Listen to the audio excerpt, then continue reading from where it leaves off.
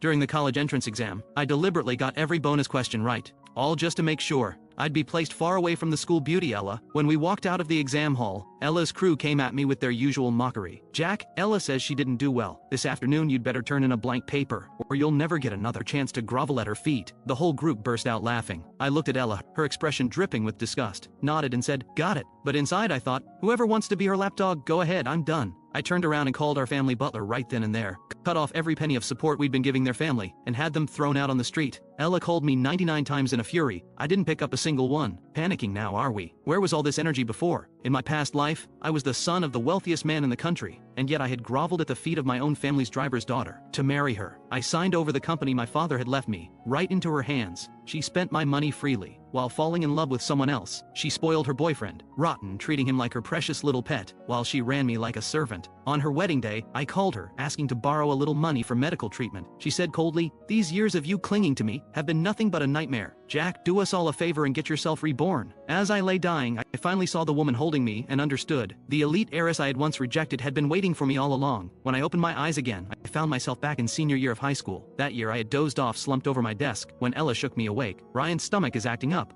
Go buy him some antacids, then grab lunch from the cafeteria. Load up on the meat, he's too skinny, he needs to eat more. Ryan was slouched at his desk, surrounded by a crowd fussing over him like he was royalty. Everyone was fawning over his stomachache, and of course, no one cared more than Ella. And I was Ella's brainless lapdog, dozing through class every day, spending every break fetching her food, buying her drinks, running her errands. Now that I knew I'd been reborn, looking at Ella's face only made me want to laugh. Who does she think she was, treating me like dirt? Seeing me just standing there, Ella snapped, what are you spacing out for? Go and make it quick. She walked over to Ryan, and gently patted his back. Ryan glanced over at me, and said to Ella, it's not right to send Jack, I'll go myself. What's the big deal? He loves doing this stuff. If I didn't ask him he'd be upset, right Jack? She looked at me. I forced a thin smile, said nothing and headed to the cafeteria. This time I lined up and got 2 full meals. A classmate nearby spotted me and let out a little laugh. Fetching lunch for the queen again? She likes Ryan, you know, someone on her level, not a nobody like you. I asked flatly. What do you mean a nobody? They sneered. You're a servant's son, riding to school with her every day and thinking you can actually marry her. Wake up, a guy as dumb and useless as you. You'll spend your life as her family's servant, doing her laundry, sweeping her floors, changing her kids' diapers. I let out a bitter laugh. Ella told you I'm a servant's son? I had liked her, that was the only reason. I'd let her ride in my private car to school every single day. But somehow, in everyone else's eyes, Ella had become the wealthy heiress,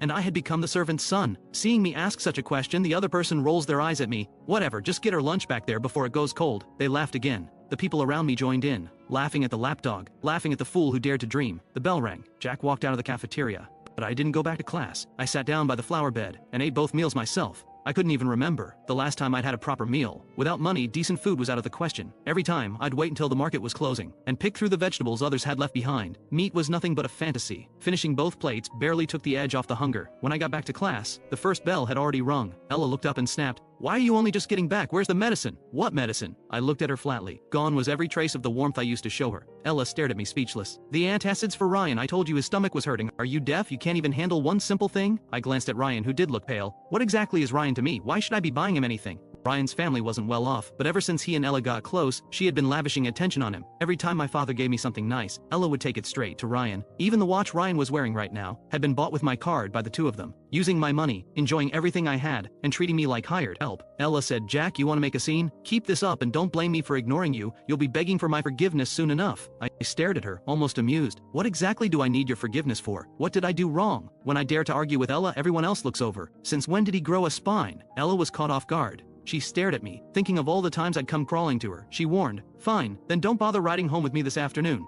I nodded. Sure. I walked to my seat and sat down, as if her words barely registered. Just a casual, effortless agreement. Bree, who sat next to Ryan, stepped in immediately. Excuse me, Jack, what is your problem? All you had to do was buy some medicine. You couldn't even do that? Can't you see Ryan isn't feeling well? I gave her a cold look. Then you go buy it. Bree fired back, full of righteous indignation. That's your job. Why would I go? I have nothing to do with Ryan, so why is it my job?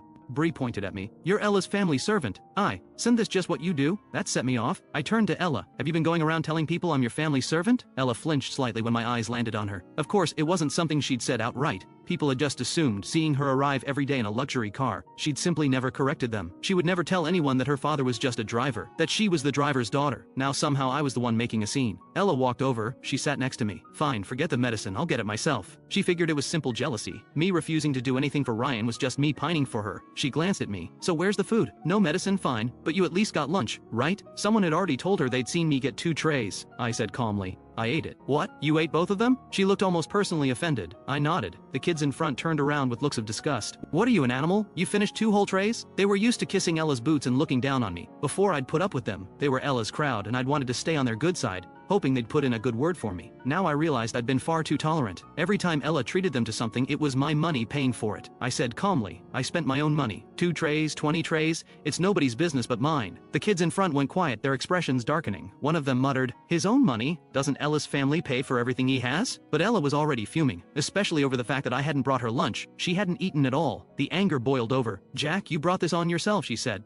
Let's see how long you can keep this up. She stood up and grabbed her things, then said to Bree, switch seats with me. You sit next to him. Every time she was unhappy, this was her punishment, refusing to sit beside me. After all, I had begged for that seat. She was supposed to be my tutor, sitting next to me so she could help me study. But thinking back, she had never tutored me once. All she ever did was give me orders. She seemed to think the move would rattle me. It didn't. I ignored her completely. Ella hadn't eaten. Ryan was still suffering from his stomachache. She sat nearby, expression dark, shooting a glance at me by the window. This time, Ella was genuinely furious. She was already planning what she'd do when I came crawling back to apologize. After school, the Maybach was waiting at the gate. I walked straight to it without a second glance. By now, the whole school knew I'd crossed Ella. Everyone was waiting to watch me fall flat on my face. When I got in without hesitation, the whispers started flying. Didn't he refuse to buy her lunch? And now he's freeloading in her car? A servant's son acting like the young master? Ella isn't even here yet and he just helps himself. Ella's way too patient. If I were her, I'd have fired that ungrateful little nobody a long time ago. I heard every word, I couldn't care less. I settled into my seat and said to the driver, let's go. The driver glanced at me. But Miss Ella isn't here yet, let's wait a bit. Sometimes Ella ran late because of student council. I always waited. He'd expected the same today. Instead, I was telling him to leave. The driver wasn't following my orders and was actually taking Ella's side. I almost laughed. Uncle Steve, my father has one child, me. Since when do we have a young miss? Did you two have a fight? Uncle Steve said with concern. Don't worry, I'll have a word with her. Don't bother, just drive. I don't want to ride with her and I don't want to see her anymore. Uncle Steve hesitated, not moving. He knew better than anyone how badly I used to cave to his daughter. Every time she said something, I would never dare push back. He figured even if he ignored me, the worst I'd do was let Ella scold me a little. He'd already started imagining a future where I inherited the family fortune, and his daughter got it all. He'd long stopped seeing himself as just the driver. He was already playing the role of father-in-law. Are you going to drive or not? I frowned. My father had actually wanted to let him go for a while. Word had gotten around that Uncle Steve was gambling on the side. My father didn't feel comfortable keeping someone like that around. But back then I'd lost my mind. I had defended him every time. Kept him on because as long as he stayed, Ella stayed too. I'd sung his praises. Told everyone he was wonderful to me. That was the only reason he still had this job. And now he wouldn't even listen to his own employer. They arrived. The moment Uncle Steve spotted Ella at the gate, he jumped out of the car. Ella walked over with Ryan, her arm steadying him. Uncle Steve opened the door. Ella moved to help Ryan in. Because of my feelings for Ella, just to keep her close, I had let Ryan tag along every single day. The driver would drop Ryan off first before taking us home. And in the mornings I'd get up early just to pick Ryan up first. Before Ryan could get in, I spoke up. Didn't someone say she wasn't riding with me today?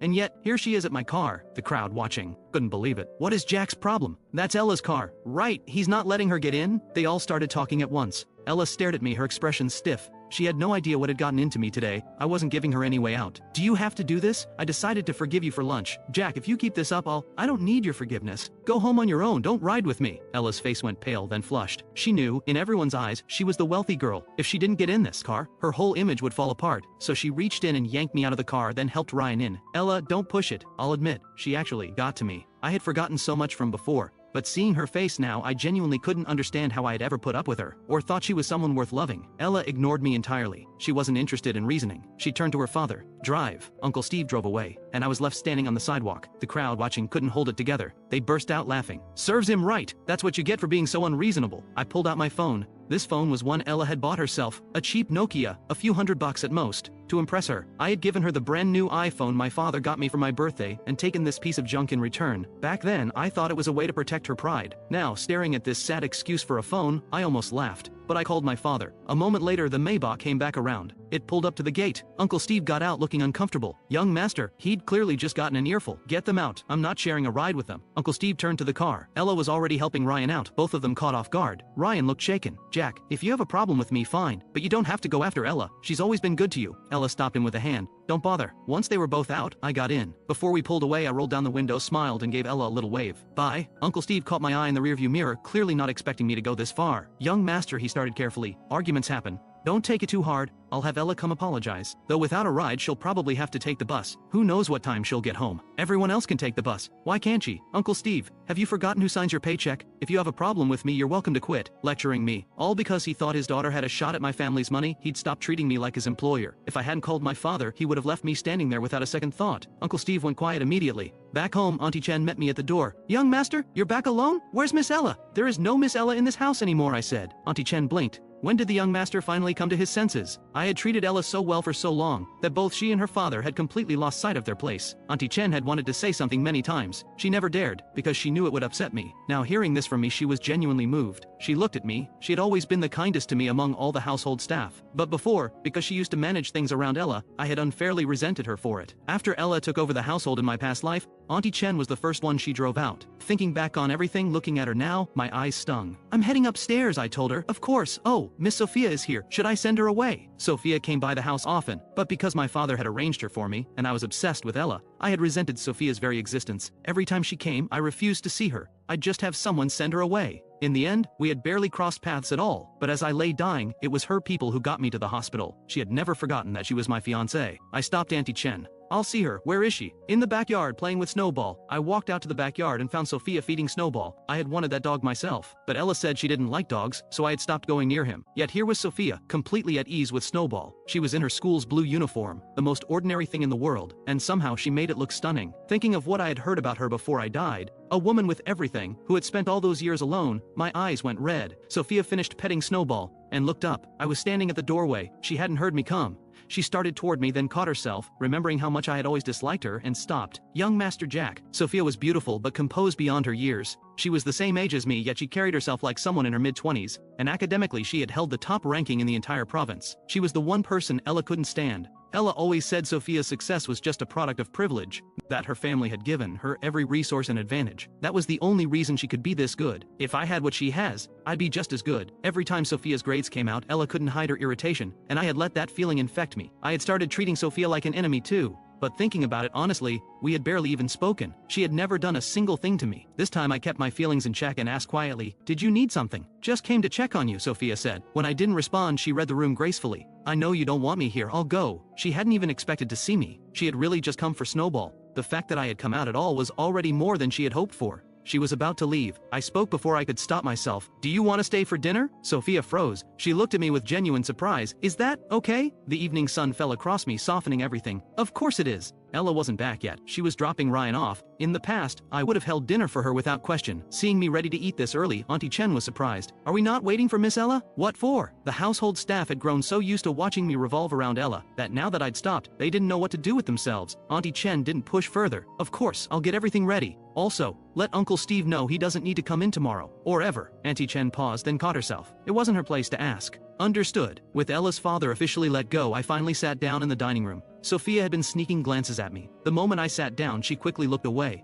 I hadn't expected her to be this flustered. It made me want to tease her a little. "Why won't you look at me? Am I that bad to look at? My grades might be terrible, but I'm not hard on the eyes." If Ella hadn't dragged me down the way she did, I would never have ended up the way I did. Sophia turned back to me, expression perfectly calm. "You're not, but if you looked closely." Her ears had gone completely red. I smiled. "By the way, I heard your grades are incredible." She wasn't used to me being warm with her. "They're all right," she said. "Do you know any good tutors? I could really use a recommendation." Counting on Ella was obviously no longer an option. This time around I wasn't going to coast through life assuming my father would protect me forever. I had barely cracked a textbook in my past life. While I still had the chance, I was going to fix that. Sophia had connections. A tutor she recommended would probably actually be worth something. A tutor? What about Ella? She had heard that my tutor was a classmate, which was why Ella had been living at my house all this time. She's been let go because Ella had never respected me. She had zero patience for tutoring me, and every penny I'd paid her had been completely wasted. Sophia looked surprised. I was clearly serious. This wasn't a joke. She picked up her glass and took a sip, steadying herself. "I don't have a tutor. I've always just studied on my own. If you don't mind, I could come every day and tutor you myself." She didn't really expect me to say yes. Given that I had never even spared her a glance before, being invited to dinner was already far beyond what she'd hoped for, so when my face lit up the way it did, she wasn't prepared. "Really?" Sophia nodded, almost flustered by my reaction. "Whenever you're ready." "Absolutely," I said, genuinely happy. "Of course, I just don't want to take up your study time." "It won't," Sophia said, her face calm, but her eyes soft in a way that was hard to miss. "It won't affect me at all." She had already finished the entire high school curriculum and had a guaranteed university placement, but she didn't say any of that, afraid it might put me off. "Then thank you," I said. "My grades are terrible, just don't give up on me." Ella had good grades too, but not a drop of patience. class. If I didn't get something on the first explanation, she would just yell at me. My grades had actually been average before. Under her tutoring, they had only gotten worse, and my confidence had gone with them. I won't, Sophia said. I'll come by after school then. The two of us sat there over dinner. Sophia was quiet. I picked up my chopsticks and set some food on her plate. Make yourself at home, no need to be polite. And it was right at that moment that Ella walked in, having just dropped Ryan off. She had already gotten the news about her father, and he had let her have it. She walked in to find me eating without her, every dish already touched. Her face went cold instantly. I glanced at her and kept eating. Ella had come to confront me about her father, but then she saw Sophia sitting there. Why is she here? She said, visibly annoyed. Before, I had kept my distance from every other girl just to keep Ella happy. Every time Sophia came by, I had turned her away without even looking at her, and now here she was, at my dinner table. She's my guest, I said. Do you have a problem with that? Ella sat down slowly, watching me. You invited her here just to get at me, didn't you? She had always hated Sophia. In every competition, as long as Sophia's name was at the top, first place was out of reach. Sophia sat quietly, saying nothing. I looked at Ella. You're overthinking it. Ella, you're not that important. There was a time when I thought she was my entire world, everything I had given in her direction. But given a second chance, all I felt when I looked at her was disgust. Loving someone like this had only ever dragged me under. If you think seeing me with another girl is going to upset you, Jack, you've really got the wrong idea about where we stand. I actually wish you'd get close to someone else. At least then you'd stop coming around bothering me. With that, she got up and went straight upstairs to her room. I was speechless. Once Ella was gone, I caught the shift in Sophia's expression. Something complicated had moved through it. Don't listen to her, I said quickly. I wasn't entirely sure she wouldn't take it the wrong way, but Sophia said nothing. She had gone quiet, her warmth replaced by a noticeable chill. After dinner, I walked her to the door. Take care on the way home. Okay. She left without another word, quiet as always. I went back inside. Ella was coming down the stairs. She had changed out of her uniform jacket and was wearing just a short-sleeved shirt. For all the terrible things she had done, she really was beautiful, soft-looking, almost gentle. That was exactly how she had fooled me before. Now Ella turned to me and said, "Why did you fire my father?" She hadn't brought it up in front of Sophia. She couldn't afford to let anyone know she was just the driver's daughter. Making a scene in front of Sophia would have been humiliating. Do I need to explain myself to you for firing a driver? That's my father, Ella said. Everything today was my call. He had nothing to do with it. If you want to punish someone, punish me. Go ahead, fire me too. The word fire gave me a second wind. I looked straight at her. Gladly.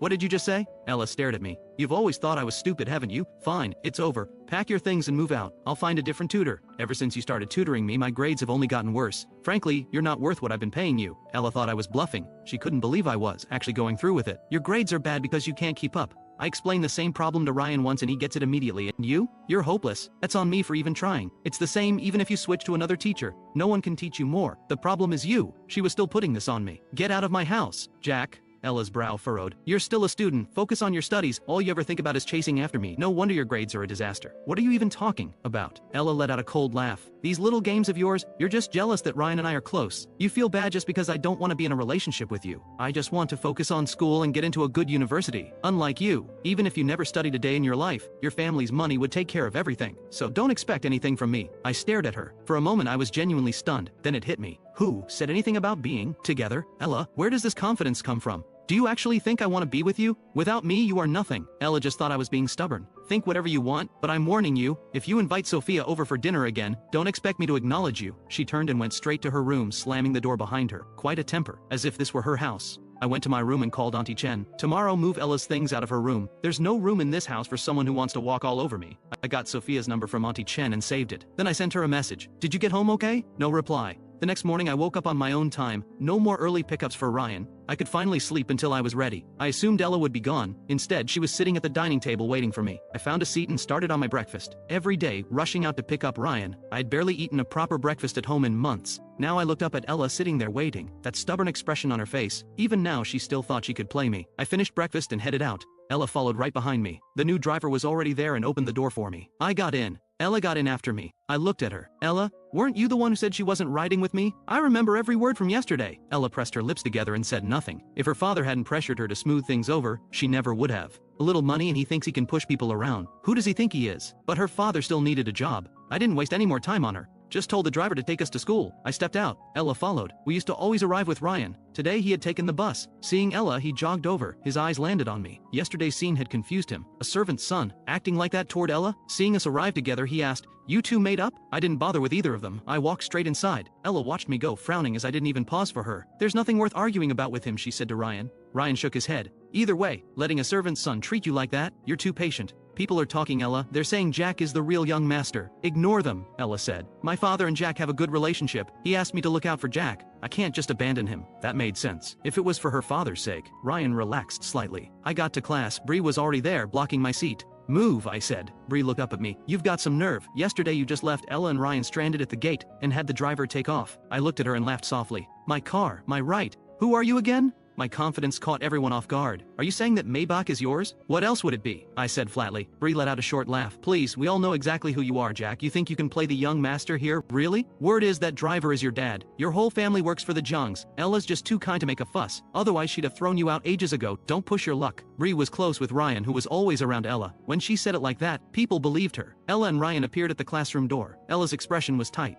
Because what Bree had just said wasn't really an attack on me, it was an attack on her. She walked over to Bree. Get back to your seat. Bree shot Ella a reluctant look, clearly sensing her displeasure, and moved her things. Ella sat down next to me again. I didn't react. Her movements meant nothing to me anymore. She was the teacher's favorite and well-liked by everyone. No one would question her changing seats. Bree settled in next to Ryan, still sulking. She said to Ryan, "What is Ella doing? Jack has been walking all over her and she's still protecting him. He's literally living at her place now. Her father asked her to look after him," Ryan said. "That's all there is to it. Don't read into it." "Oh," Bree said. "That explains it. He actually claimed that car was his." Ella's phone is obviously expensive, and the gifts she gives Ryan aren't cheap either. But Jack's phone looks just like mine, and he wants to play rich boy? Who's going to believe that? I checked my phone quietly. Sophia had finally replied, one word, "Yeah, ice cold." Yesterday she had been warm and easy to talk to. Then she left and turned distant, and she'd only just replied to a message I sent last night. Ella was sitting right beside me and caught a glimpse of my screen. The contact name, Sophia. She frowned. Nothing obvious had changed, yet from yesterday onward I felt like a completely different person. I take out my phone and send a message to Sophia. "Still coming this afternoon for tutoring?" Her reply came quickly, one word, "Yes." Good enough. I put my phone away. I threw myself into class, the focus I had never had before. At lunch Ryan came over to get Ella. She glanced at me automatically. "Aren't you going to eat?"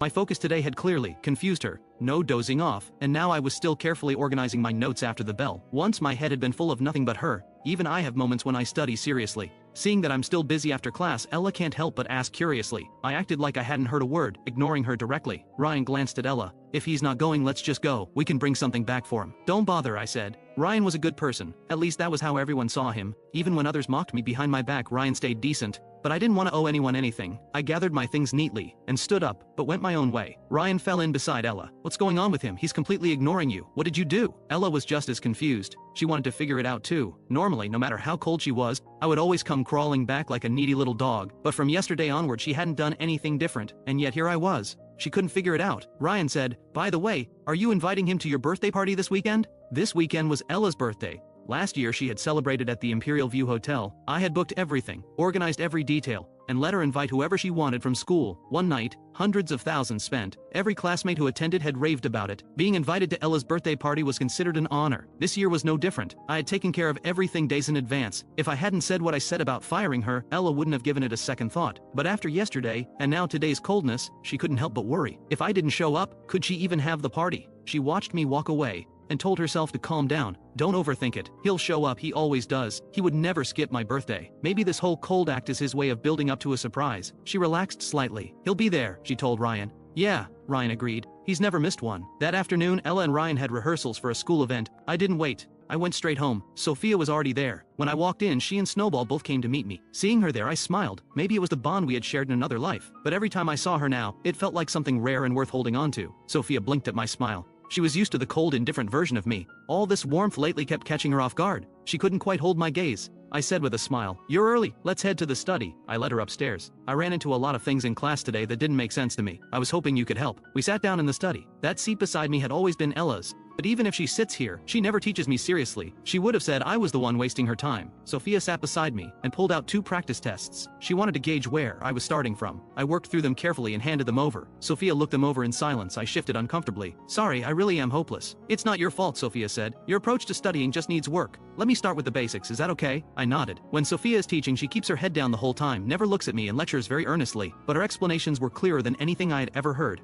Things that had baffled me for months suddenly clicked the moment she explained them. Sophia had been going for a while. She was getting thirsty. When she finally looked up, she caught me staring. She swallowed, a little self-conscious, and looked back at the paper. "Is something wrong? Do you have a question?" "I was just thinking, you're so patient with me, but on your phone you're completely cold." 2 words total. "Is it because of the thing with Ella? Are you upset with me?" "No," Sophia said. "Family came over yesterday. I was busy and didn't see your message until morning. By the time I saw it, it was already morning. If you ever need anything, just call me anytime." We were deep into studying. When my phone rang, I picked up. Ella's voice came through. "Jack, what do you think you're doing?" What did I do now? Her accusatory tone, I genuinely had no idea what I had done. You had them throw out all my things. I glanced at Sophia, no point hiding it. I directly said, I told you yesterday, you've been let go, which means you have no reason to be in my house anymore. I'm in the middle of a session, don't bother me. I hung up. Ella stood at the door, staring at her bags piled outside. She couldn't believe I had actually done it. I was really throwing her out. I put the phone down. Let's keep going. Sophia replied quietly and said nothing more. A few minutes later, the study door flew open. Ella stood there. Her face was dark with fury. Her eyes swept over me and Sophia, a flicker of contempt in her gaze.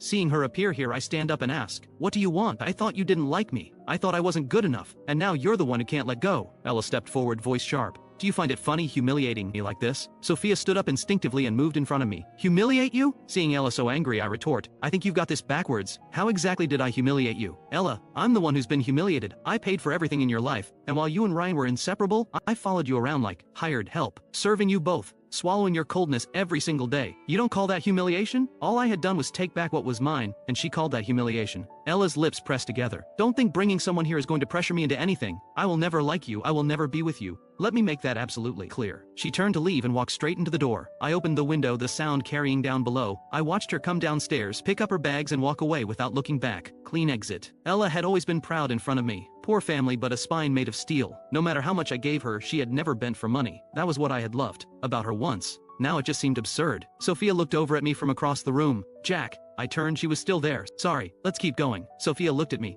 Maybe I should go, you don't seem like you're in a great place. I'm fine, really. I was just thinking about some dumb things I used to do. It's not about Ella. Watching Ella leave actually made me feel lighter. At least now I didn't have to dread what was coming. Away from Ella, I wouldn't get sick this time. I wouldn't end up the same way. I'll head out then, Sophia said and moved toward the door. I stepped forward and caught her hand. Sophia froze. She turned and looked at me. What is it? I didn't quite know what I was doing, but I could see she wasn't entirely okay. Every time Ella showed up and said the things she said, Sophia would quietly start pulling away from me. My closeness with Ella had been obvious. I had never hidden how I felt about her. Everyone, including Sophia, had assumed that I was in love with Ella, and honestly, I had. If not for that wretched ending in my past life, I might never have woken up. I let go of her hand and looked at her. Are you free Saturday? I want to go to the Imperial View Hotel for dinner. Want to come? The food there was exceptional. After a past life spent half starving, I just wanted to eat well. Before I would have taken Ella without hesitation. Now, she was the last person I wanted to bring. Sophia was the match my father had arranged for me. As long as I didn't ruin it, she would probably become my wife after graduation. I used to resent my father for making the arrangement without asking me, but looking at it now, she was every bit as beautiful as Ella, and on top of that she had a far better family. She chose me. If anything, I was the lucky one. You're not going with her? Sophia said. She meant Ella. So you want me to be with her? I asked. You want me to go back to avoiding you? Of course not, Sophia said without hesitation. Then it's settled. See you Saturday. Saturday afternoon. I arrived a little late. At the entrance I spotted plenty of familiar faces, all dressed up and looking their best. Bree caught sight of me first and let out a laugh. Jack,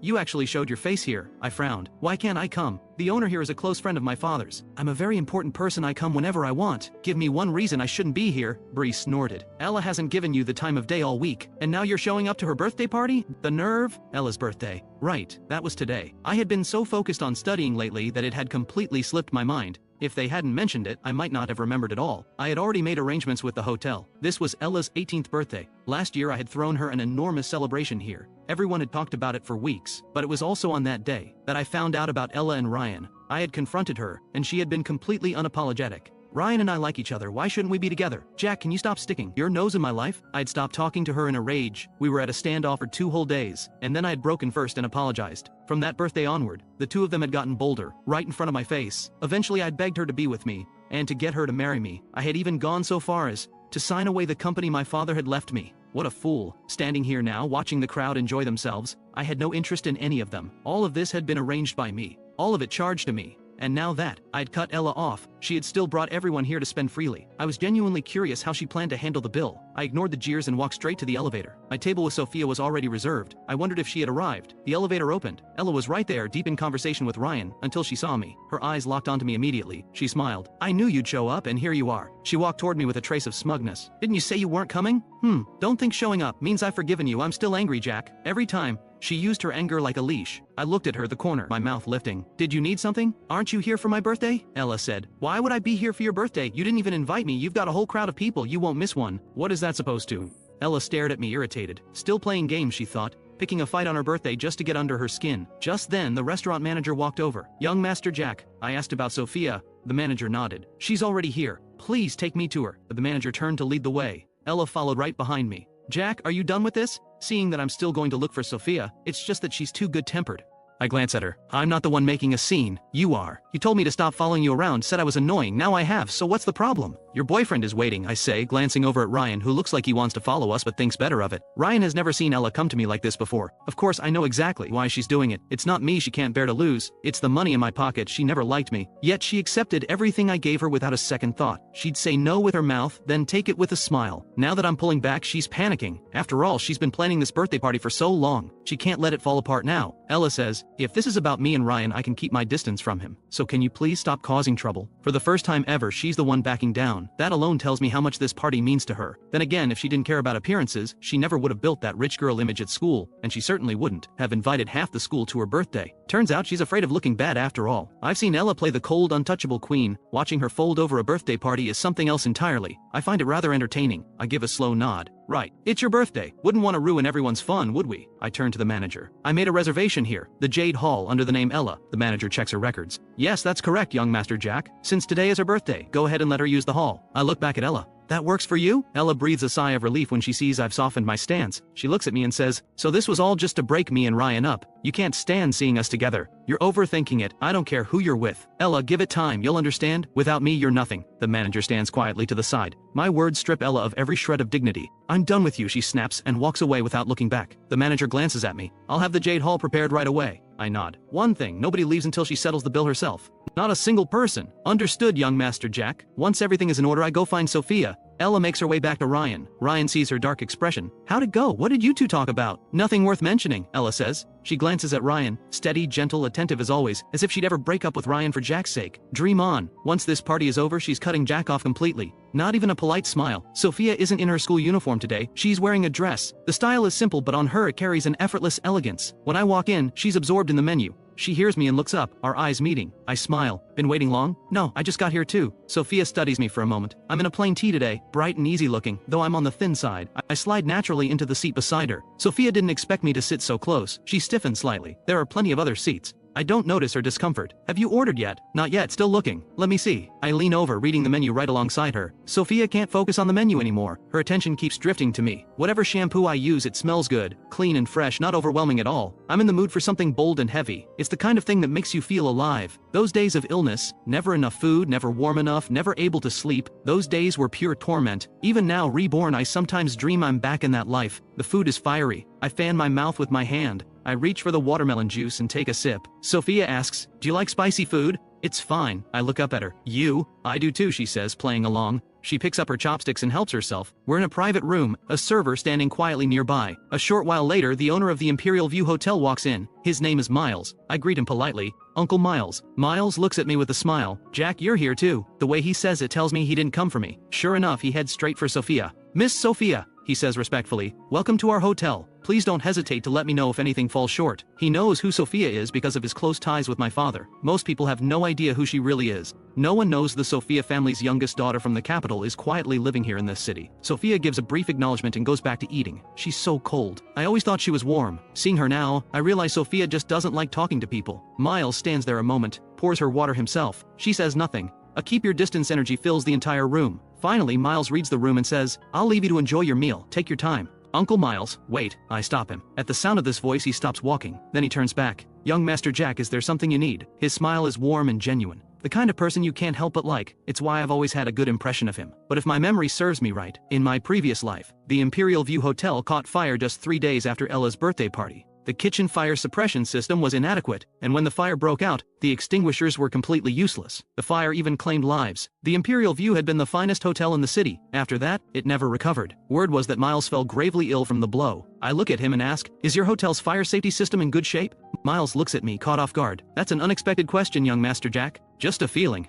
Might be worth having someone take a proper look, especially the kitchen. Rest assured, Miles says. Our fire safety is top-notch. We take full responsibility for our guests. I hold his gaze. Uncle Miles, why not go check yourself? My persistence draws a flicker of displeasure across his face. He fixes me with a look. What exactly are you implying, young Master Jack? You don't trust my word? Your father and I are old friends. He knows exactly what kind of man I am. I run an honest business. This feels like a personal slight. I'm close in age to his son. In his eyes, I'm just a kid who doesn't know better. Sophia speaks. If he says so, it wouldn't hurt to take a look. Since Miles walked in, she hasn't said a single word to him. She gives brief answers when he speaks to her, and yet even now those few words carry weight. Miles respects her enough to comply. Alright, I'll go right now. Sophia is utterly composed, and her background speaks for itself. She's close to my age, yet somehow her words carry a weight mine simply don't. After Miles leaves, I look at Sophia in surprise. Why did you help me? I ask because I know what's coming, but from Sophia's perspective, she should have no reason to believe any of it. Sophia looks at me. You spoke up. Of course I'd back you. What if I was just making it up? So what? Sophia says. Even if it's nothing, all it costs him is a walk to the kitchen. She says it all so calmly. But watching her, I feel something warm rise inside me, like being truly believed by someone. I think back to the day of my diagnosis. No one wanted to believe I was a victim. They all said it was my own recklessness. If I had been reckless, I'd have accepted it. Everyone pointed fingers. Everyone looked at me with disgust. In time, even I started to hate myself. But it was Ella who had arranged it. Someone had deliberately used a contaminated needle on me at her instruction, all so she could have an excuse to refuse the marriage. Only the one who set the trap knows just how innocent you really are. Sophia and I take our time with the meal. When it's done, we don't leave. We order dessert. I even brought my homework along and work through it at the table. Sophia walks me through the problems as I go. We talk until evening. When Ella's birthday party wraps up and the guests move to leave, they find themselves stopped. Ella hasn't settled the bill. Ella calls me. I let it ring. Sophia watches from beside me. Why aren't you answering? I know who it is. I let it ring again. It takes 2 more calls before I pick up. Jack, what is this? On the other end of the phone, Ella's voice is full of anger. The angrier she gets, the lighter I feel. I've said I'm done with her, but the debt from my last life still needs to be paid, otherwise I'll never be able to let it go. I smile. Ella, what's all this? Why so worked up? Get over here and pay the bill, Ella says through her teeth. Don't make this worse. She had planned to walk out tonight and never deal with me again. She didn't expect me to be waiting for her. Now she can't pay and every single person is stuck there. Everyone is watching her. That's strange, I say. I wasn't at your party, why would I pay your bill? Why not split it with everyone? I'm sure they'd chip in. They all seem fond of you. Great friends too. Always going out to eat together. I used to give Ella well over $100,000 a month in spending money. She took it as if it were hers by right. In her mind it was just payment for tutoring. All perfectly fair. She was generous with it too, always treating people to meals. Everyone thought she was loaded and flocked to her accordingly, but every coin of it was mine. Ella says, Jack, does it really have to be like this? What do you want from me? Just tell me what it takes for you to come pay. Well, I say, if you're asking someone for a favor, you ought to sound like it, don't you think? I hear her exhale sharply on the other end. I'm not her lapdog anymore. Of course she's furious. I smile. Not willing? All right then, I'm hanging up. Please. Ella grits the word out, knuckles tight around her phone. The hotel staff has them all held at the door. There's no way out. I hang up and get to my feet. I'll be right back, I tell Sophia. I make my way to the Jade Hall. The classmates from the party are all still inside. None of them have been able to leave. Every pair of eyes is on Ella, waiting for her to pay. The atmosphere is painfully awkward. Ella has nowhere to go. She stands there under everyone's gaze, with no way out. The moment I walk in, the manager approaches. Young Master Jack, she says politely. I look around at the crowd, all dressed up and looking their best. This afternoon they look down at me. Now that same crowd can't even afford to walk out the door. Nothing more humbling than being trapped with an unpaid bill. I smile. What's going on? Isn't this supposed to be a birthday party? Nobody looks very happy. I take a deliberate look at Ella. Her expression is darker than anyone else's. Ryan stands off to the side, clearly unsure what's going on. The manager explains, Miss Ella hasn't settled the bill. I simply ask that everyone remain until it's taken care of. I wave a hand. Is that all? No need to make a whole thing of it. These are my classmates, I'll cover the bill tonight. I hand my card to the manager. She takes it and processes the payment. The looks people give me shift, complicated, uncertain. Ella is the one having the birthday party, and yet Jack is the one paying. What exactly is going on? Can't she pay for her own party? Ella feels her face burn. She stares at me. No wonder he came so willingly. This was his plan all along, to humiliate her, to let everyone see that she's broke, that she depends on him for money. He could have quietly settled it without a word. Instead, he makes a show of it, swiping the card right in front of everyone. This guy has completely lost it. A moment later, the manager returns, handing me back the card along with the receipt. Done, young Master Jack, here's the bill. I glance at the total. Then I read it aloud, deliberately. $860,000. Happy birthday, Ella. Since it's your special day, I'll cover this one, but there won't be a next time. I glance over at Ryan. He's standing right beside me and the color has drained from his face. Wait, all of Ella's money came from Jack? Wasn't she supposed to be from a wealthy family? The scene unfolding before them is a slap in the face for everyone present. Bree steps forward and faces me. Jack, what kind of joke is this? Just because Ella's money passes through your hands doesn't make it yours. You're just the housekeeper's kid holding it for her. What exactly are you so smug about? Your family lets the help manage your money? I look at Bree and smile. Since you brought it up, I'm not the housekeeper's son.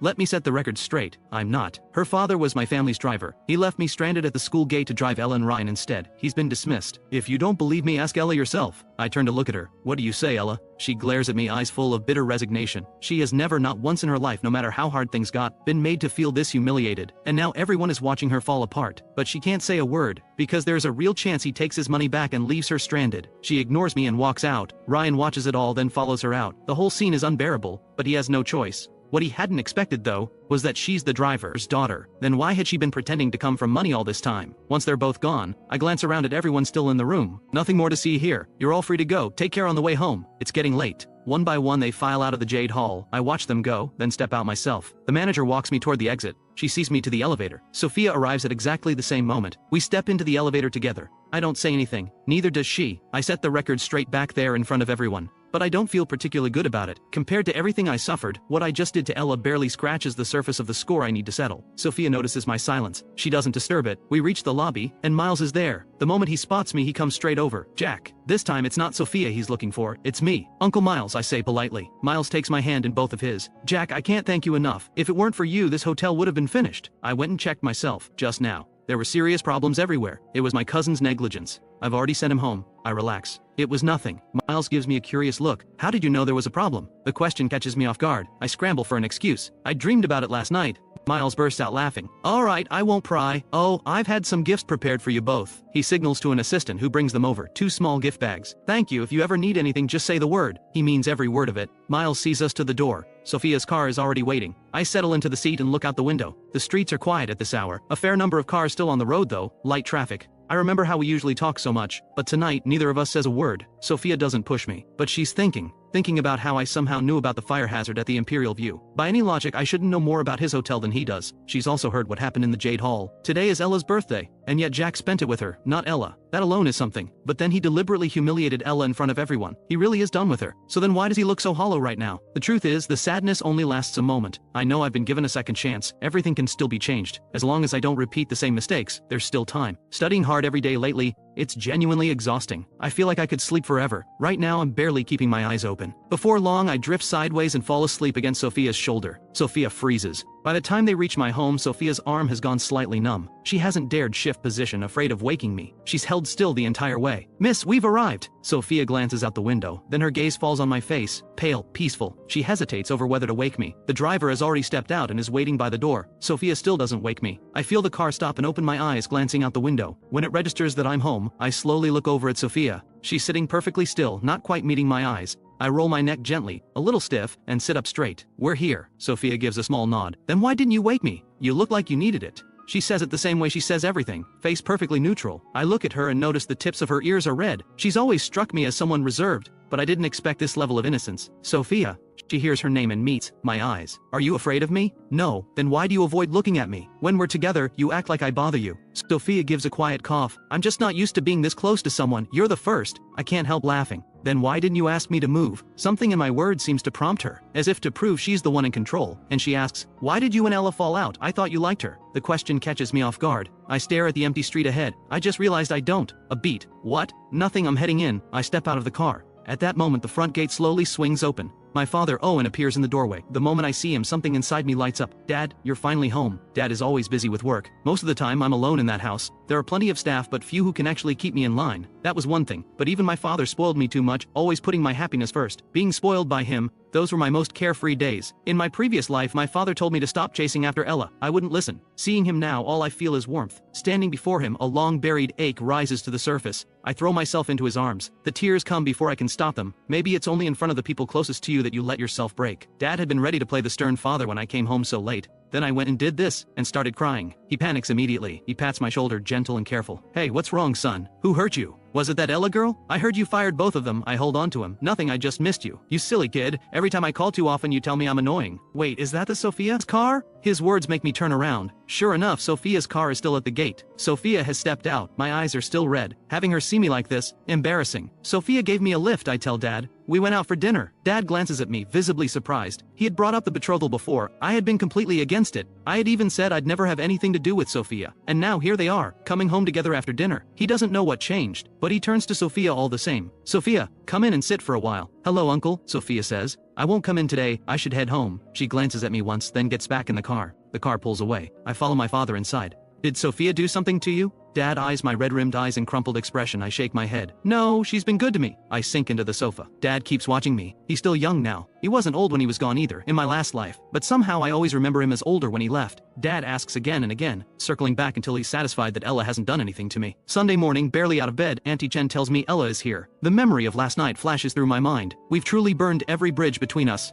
Ella should know by now. I'm not going to indulge her anymore. And yet here she is. I come downstairs to find it's not just Ella. Her father is here too. Uncle Steve is seated on the sofa speaking to my father. Mr. Owen, it's all Ella's fault. She doesn't know how to behave. I've given her a good talking to. She won't give Jack any more trouble. My father's brow creases. And since when do you address my son by name? Dad has never liked either of them. The only reason he's tolerated them this long is fear of pushing me away. Uncle Steve realizes his mistake and scrambles to apologize. Young Master Jack, of course. The moment he sees me on the stairs, his eyes snap toward me. Good morning, young Master Jack. I've brought Ella here today to offer her apologies. I look over at Ella. She's seated there, expression dark, saying nothing. Apologies? I don't believe that for a second. Her face couldn't make her resentment any clearer. She's still fuming over last night. There is no way she's here to apologize. Uncle Steve, what are you talking about? I say. Ella hasn't done anything to me, no apology needed. But I heard you let her go. When he himself was fired, he hadn't been half this anxious. His monthly wage wasn't much, and the hours were long. But Ella was different. She barely had to tutor me, and the money she received was substantial. And who knew, maybe one day the entire Jiang family fortune would have ended up hers. Now that things have fallen apart, of course he can't accept it. Over the years she tutored me. My grades only got worse. Besides, Ella herself said she couldn't do the job, that I was too dull to teach, so I did her the favor of letting her go. There's no conflict between us. She hasn't done anything wrong. Really, an apology isn't necessary. Dad gives me a sideways look. My expression is completely calm. Before I had insisted on having Ella around, insisted she tutor me. Dad had no choice but to go along with it. Now I've let her go entirely. Dad is surprised and quietly moved. His son has finally grown up. I have class to prepare for and I need to eat. Dad has someone see them out. After breakfast I head outside. The driver is already waiting in the courtyard. I get in. The car pulls out of the gate. I see Ella still standing outside, her father beside her. Gone is the soft-spoken man from inside. Uncle Steve raises his hand and strikes her across the face. I know Ella's story. Her father is a compulsive gambler. Her mother couldn't take it and left, abandoning Ella without a second thought. All these years she's lived with her father, borrowing money from relatives just to stay in school. As she got older, she started finding her own way. Under those circumstances, to still excel academically, top of the school every single time. I admired her for it. I gave her everything, my care, my attention, the best of what I had, because I wanted her life to be easier. But while I was aching for her, she never gave me a second thought. To her, I was a bank. The person she actually cared for wasn't me. I look away and head straight to school. After everything that happened yesterday, the way people treat me has noticeably softened. Classmates start coming up to talk. Jack, is your family really that wealthy? So all of Ella's money came from you? We always thought she was from a rich family. You all know now, don't you? Young Master Jack, what about me? I promise I'm way more agreeable than Ella. I look at the girl in front of me. A laugh escapes before I can stop it. Just then, Ella walks in. She catches the girl's words and lets out a cold laugh. Dream on. He'd have to actually want you first. He's already got his eye on someone new. Get in line. New target? Everyone turns at Ella's words. Someone new? Who could possibly top Ella? Is there even anyone at this school who comes close? Hard to imagine. She may no longer have the rich girl image, but Ella's academic record is exceptional, and she's undeniably beautiful. Everyone agrees she's going places. Ella doesn't bother answering the crowd. She just turns her gaze to me. You spent all this time as my lapdog. Just because I wouldn't date you turned on me like this? Jack, no matter what you do, I will never like you. You're a poor student who thinks family money buys him the world. You're not even worth a fraction of Ryan. Ella's words remind everyone of my academic record. Dead last in the rankings. Not only was I her lapdog, I'm a complete deadweight too. Before I can respond, Ella brings up last night's party. You were the one who pushed me to invite everyone. I didn't even want to go. And then you deliberately humiliated everyone there. Is that what money means to you? Something to toy with people's dignity? And don't twist the facts. Don't go around saying you were supporting me. That money was payment for tutoring, nothing more. I won't take another cent from you, but don't expect any help from me either. With that, Ella switches seats without another glance in my direction. Every part of her posture says she wants nothing to do with me. There she goes again, rebuilding the cool, untouchable scholar image. Classic Ella. I haven't forgotten the way she came to me last night asking for help. When I saw her father hit her this morning, I felt a flicker of pity. Now I think he didn't hit her hard enough. I'm not going to let this slide. Tutoring? I say. Ella, you've got some nerve bringing that up.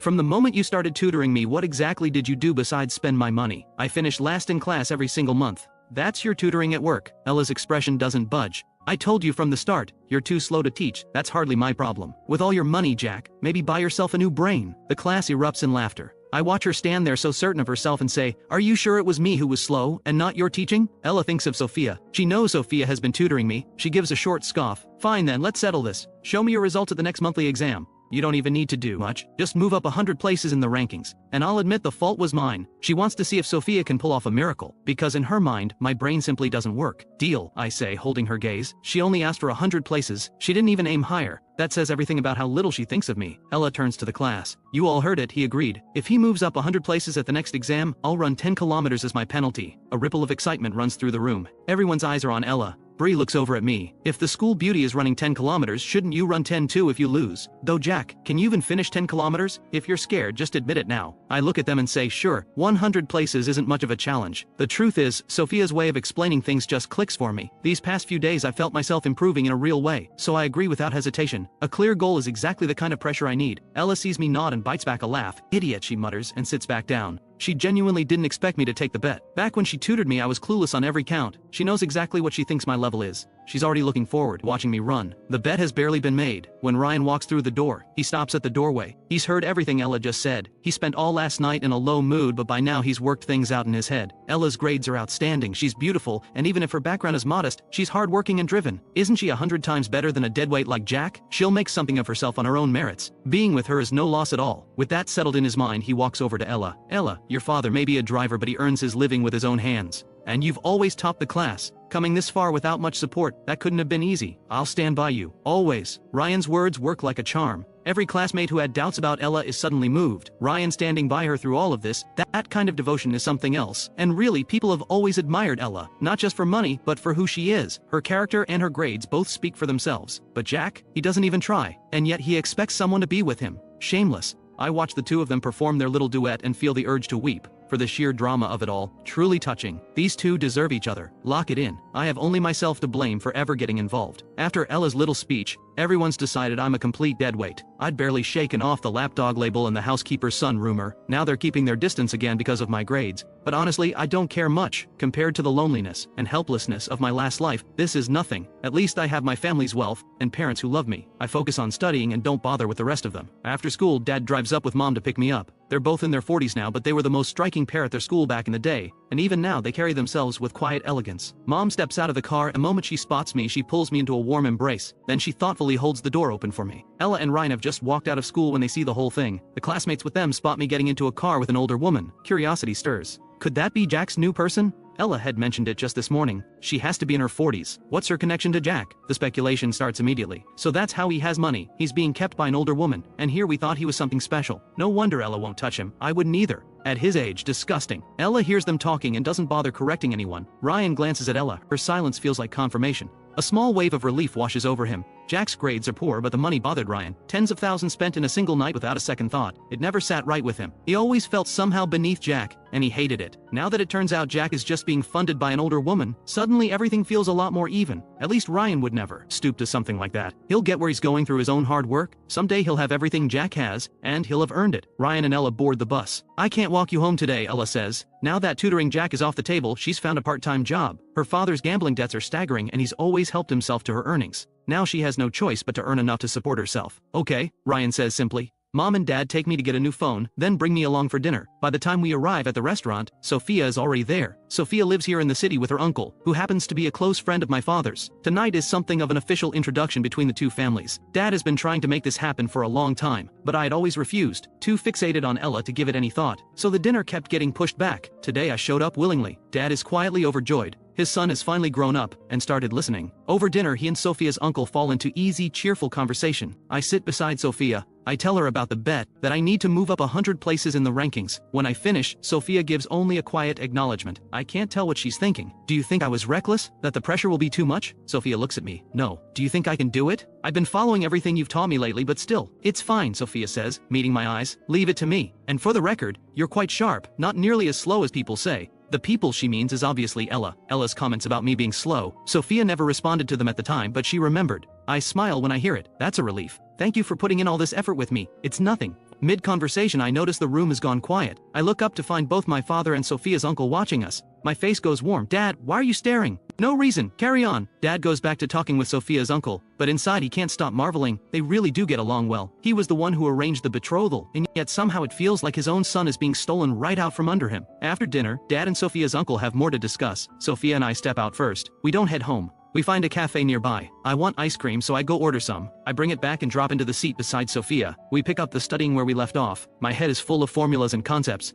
10 kilometers, that would half kill me if I lost this bet. Here you go. The server brings our order quickly. I look up and the server standing in front of me is Ella. I stare at her, taken aback. What are you doing here? Ella gives me an icy look. I should be asking you that. Did you find out I work here and come just to bother me? Despite how cold I've been acting, Ella is convinced I still have feelings for her, that this is all just pressure tactics to make her give in. Otherwise, she picks up a part-time job and I show up at the exact same place? How could there be such a coincidence? You're reading too much into it, it's just a coincidence. Ella glances briefly at Sophia, doesn't linger, and turns away. She has no interest in wasting another second on either of them. Watching her walk off with that air of superiority, I genuinely cannot figure out what she has to feel smug about. I turn and offer Sophia the ice cream. She shakes her head. You have it. She reaches over, picks up my bag for me, and walks out of the cafe by my side. I had planned to stay a while longer, but running into Ella here has taken the shine off the evening. Over the next 2 weeks, I study relentlessly. Sophia comes to the Jiang house regularly to coach me. My progress is real and measurable, but every time Ella catches me at it, she can't help taking a dig. Jack, if you're having second thoughts, there's still time to back out. Just don't come crying when the results are posted. You're distracting me. I frown and shove my earphones in.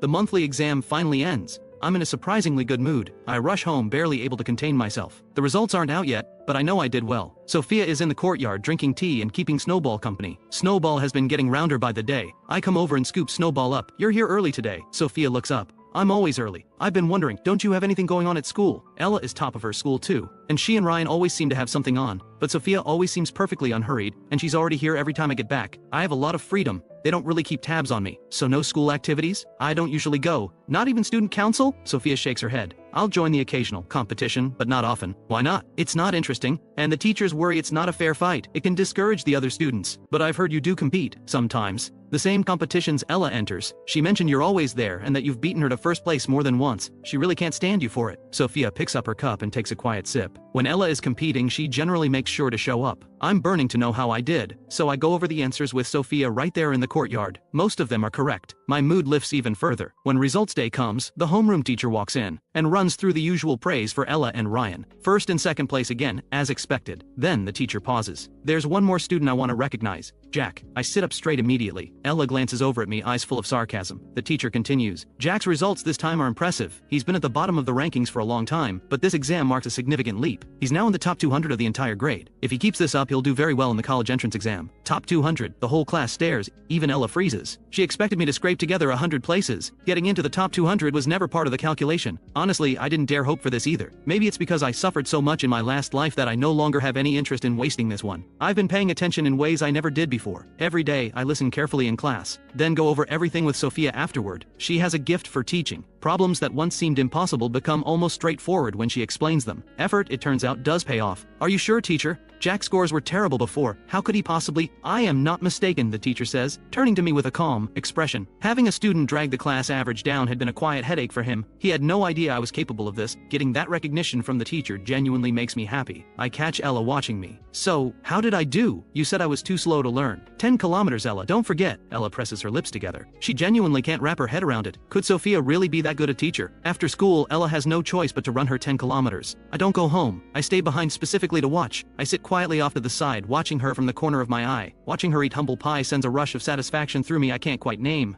It feels good, really good. Ryan stands nearby, watching me with barely concealed anger at how cold I've become. Bree shoots me a look, then leans toward Ryan. Top 200, who cares? It's not like he came first. Acting like he owns the place. Ella got first and she's not half this pleased with herself. Ryan came second for that matter. Ryan's eyes rest on Ella, running laps on the track. A bet's a bet, he says evenly. Ella can handle a loss. So what if his grades improved? Bree says. He still goes home to that woman. The whole thing makes me sick. Stop spreading rumors about people, Ryan says. Ryan, you're just too decent. Bree gives his shoulder a light pat. By the time Ella finishes her 10 kilometers, the sky is nearly dark. She walks back drenched in sweat and looks at me. Happy now? I nod. Good effort. Feel free to bet against me again anytime. I get to my feet and walk out of the school grounds feeling lighter than I have in a long time. The moment Ella watched my figure leave, I felt extremely happy. And I even took small, skipping steps from time to time. The image she has of me is still a lovesick lapdog. But right now I can't even be bothered to glance back. She thinks about Jack and Sophia. Is he actually going to end up with her? They're equally matched in background. If he really does end up with Sophia, the moment that thought surfaces, Ella feels something she doesn't expect, a gnawing irritation, like something that was hers has been taken. Ella. Ryan notices her staring after me and speaks up. You must be exhausted. Here, drink some water. He holds out a bottle of water. Ella takes it. Thank you. She's always perfectly polite with Ryan. You worked hard, Ryan says. Though it is strange, Jack's scores have always been terrible. For him to jump this much all of a sudden, you don't think he cheated? Bree jumps in. That's exactly what I think. He cheated just to make Ella lose. Otherwise, how do you explain it? She tutored him every day and his grades were still awful. Then suddenly this. Easy, Ryan says, giving Bree a look. You can't say things like that without proof. If he comes after you for it, don't expect sympathy. I'm going to tell the teacher tomorrow, Bree says. I take the car home, eager to share the news with Sophia. Making Ella admit defeat, Sophia deserves her share of the credit. But Auntie Chen tells me Sophia didn't come today. A small wave of disappointment. I change out of my school clothes and head to the dining room. Dad's been away lately. It's just me in the house. I call Sophia. Sophia is in the pool at home. The housekeeper approaches quietly. Miss, there's a call for you. The figure in the water doesn't seem to hear. The housekeeper adds, it's Jack. Sophia surfaces immediately. She steps lightly onto the poolside. The housekeeper is already there with a towel, wrapping it around her. Sophia answers. The cool composure on her face softens just slightly. Hello? Are you busy? Did I catch you at a bad time? I was just swimming. I heard you didn't come by today, so I thought I'd call. I smile as I say it. My results jumped. I made the top 200. You know what? Ella ran 10 kilometers today. The moment I saw her get put in her place, it felt so satisfying. Sophia moves over to the poolside chair and sits, listening patiently as I rattle on. After a while I ask, are you still there? Still here, congratulations. I hope I'm not bothering you. Not at all. I have time. You've been coming every day to tutor me. You must be tired. Take a couple of days off. I'll study on my own and message you if I get stuck. All right? I don't hang up right away. You sound a little off. Did something happen? Do you need me to help with anything? The question catches her off guard. We're partners in this, aren't we? You've done so much for me, I want to do the same. Without her coaching, there's no way I'd have pulled off results like this. I can't just keep taking what she gives without offering something back, especially when she doesn't need anything material from me. Sophia listens, and at the word partners, the corner of her mouth lifts despite herself. Okay, Jack. The next day I arrive at school, to find the homeroom teacher walking in with a heavy expression. She stands at the front of the room, visibly furious, the tension radiating off her in waves.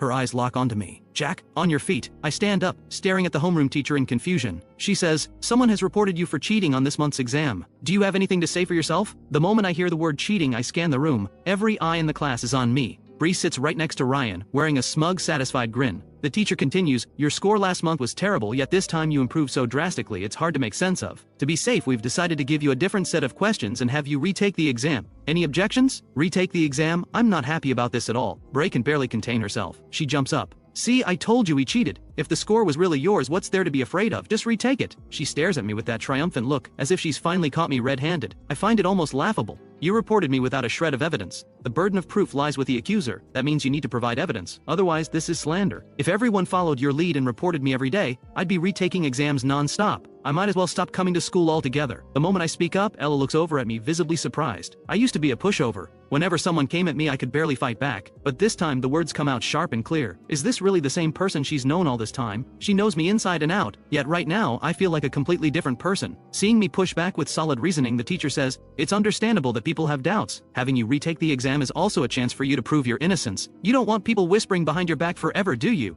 The teacher isn't backing down. She clearly doesn't believe I earned that score on my own. I smile. Of course I'll retake it, teacher. I just think it's completely absurd to be accused like this without any reason. We're classmates, after all. I have no idea what Bree's motive is for coming after me like this, and if I score even higher next time, won't she just find something else to say? So since she chose to report me without a single piece of evidence, she should face some consequences. If I'm proven innocent, how about she gets expelled? Expelled. The word makes the teacher hesitate. Is that going too far, she wonders. Bree's grades are better than mine, so naturally the teacher leans in her favor. But this kind of rumor spreading around, it does serious damage to me. What if the pressure becomes too much and I do something drastic? Wouldn't that be far worse? The moment I bring up the word drastic, the room tenses up instantly. I turn to Bree. What's the matter? You were so sure I cheated, scared to bet on it. Of course not, she snaps. My challenge hits a nerve, and she takes the bait immediately. She turns to the teacher, fuming. I'm willing to put my future on the line. Everyone knows what Jack grades are like. I can say with absolute certainty, he cheated. My reluctance to retake the exam without a fight only convinces Bree even more that I have something to hide. She says to the teacher, but if Jack is proven to have cheated, then he should be expelled too. I refuse to share a school with someone like him. Deal. I agree before the teacher can say a word. The teacher then announces, Jack, come find me in the office after class. With that, she walks out. Bree watches me with pure anticipation, waiting for the show. Ella stares at me, stunned that I put expulsion on the table. She lowers her voice. Jack, are you sure about this? If they decide you cheated, you're out of here. That's so much more embarrassing. If I were you, I'd go apologize to the teacher. A monthly exam isn't worth this. If you're sincere enough, I can even put in a good word for you. Besides, you wanted to beat me. You watched me run 10 kilometers already. I can let that go. She puts on this caring act, but I just look at her. She's been giving me the cold shoulder lately, acting distant and untouchable.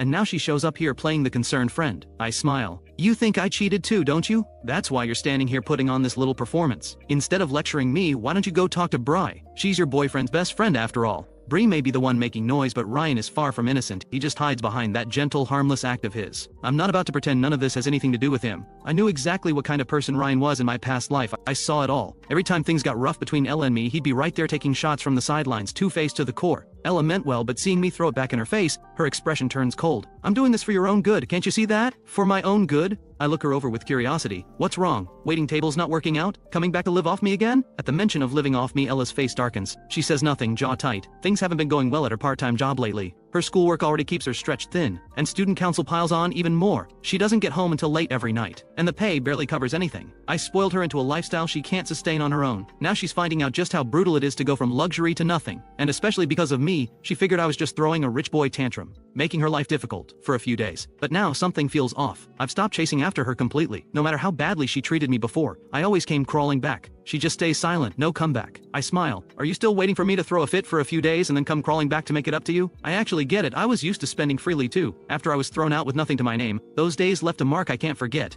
If you've always lived tight, maybe it's bearable. But when you've known nothing but comfort and then it's all stripped away, the pain is something else entirely. Back then I'd lie in bed every night, just dreaming that Ella would suddenly come to her senses, realize I was innocent and come find me, that she'd take me back. But I waited and never saw it. Not until the day I died. I believed in her, and all I got in return was news of her marrying someone else, and then, the truth that she had set me up all along. Ella's days aren't easy now either. I supported her for a long time after all. I don't need your pity, Ella says, pressing her lips together. If you still think I'm coming back to comfort you, you're dreaming. If you want me back, then beg. Maybe if I feel sorry enough for you, I'll be a little kinder, toss you some cash. I say it with a smile. Inside, I feel nothing but ice. It's not like I'd actually forgive her just because she begged, but I do want to see it. Ella on her knees, desperate. She's always been too proud. I can't stand that look on her face. She destroyed me in my past life. This time around, I'm not letting her off easy, so I'll give her just enough hope to keep her going. Not a chance, Ella says, cold. She turns away and doesn't look at me again. I'm in no rush. After class, I head to the teacher's office. Besides the homeroom teacher, the dean of students is there too, along with 2 other teachers from our year. They've prepared a new set of questions.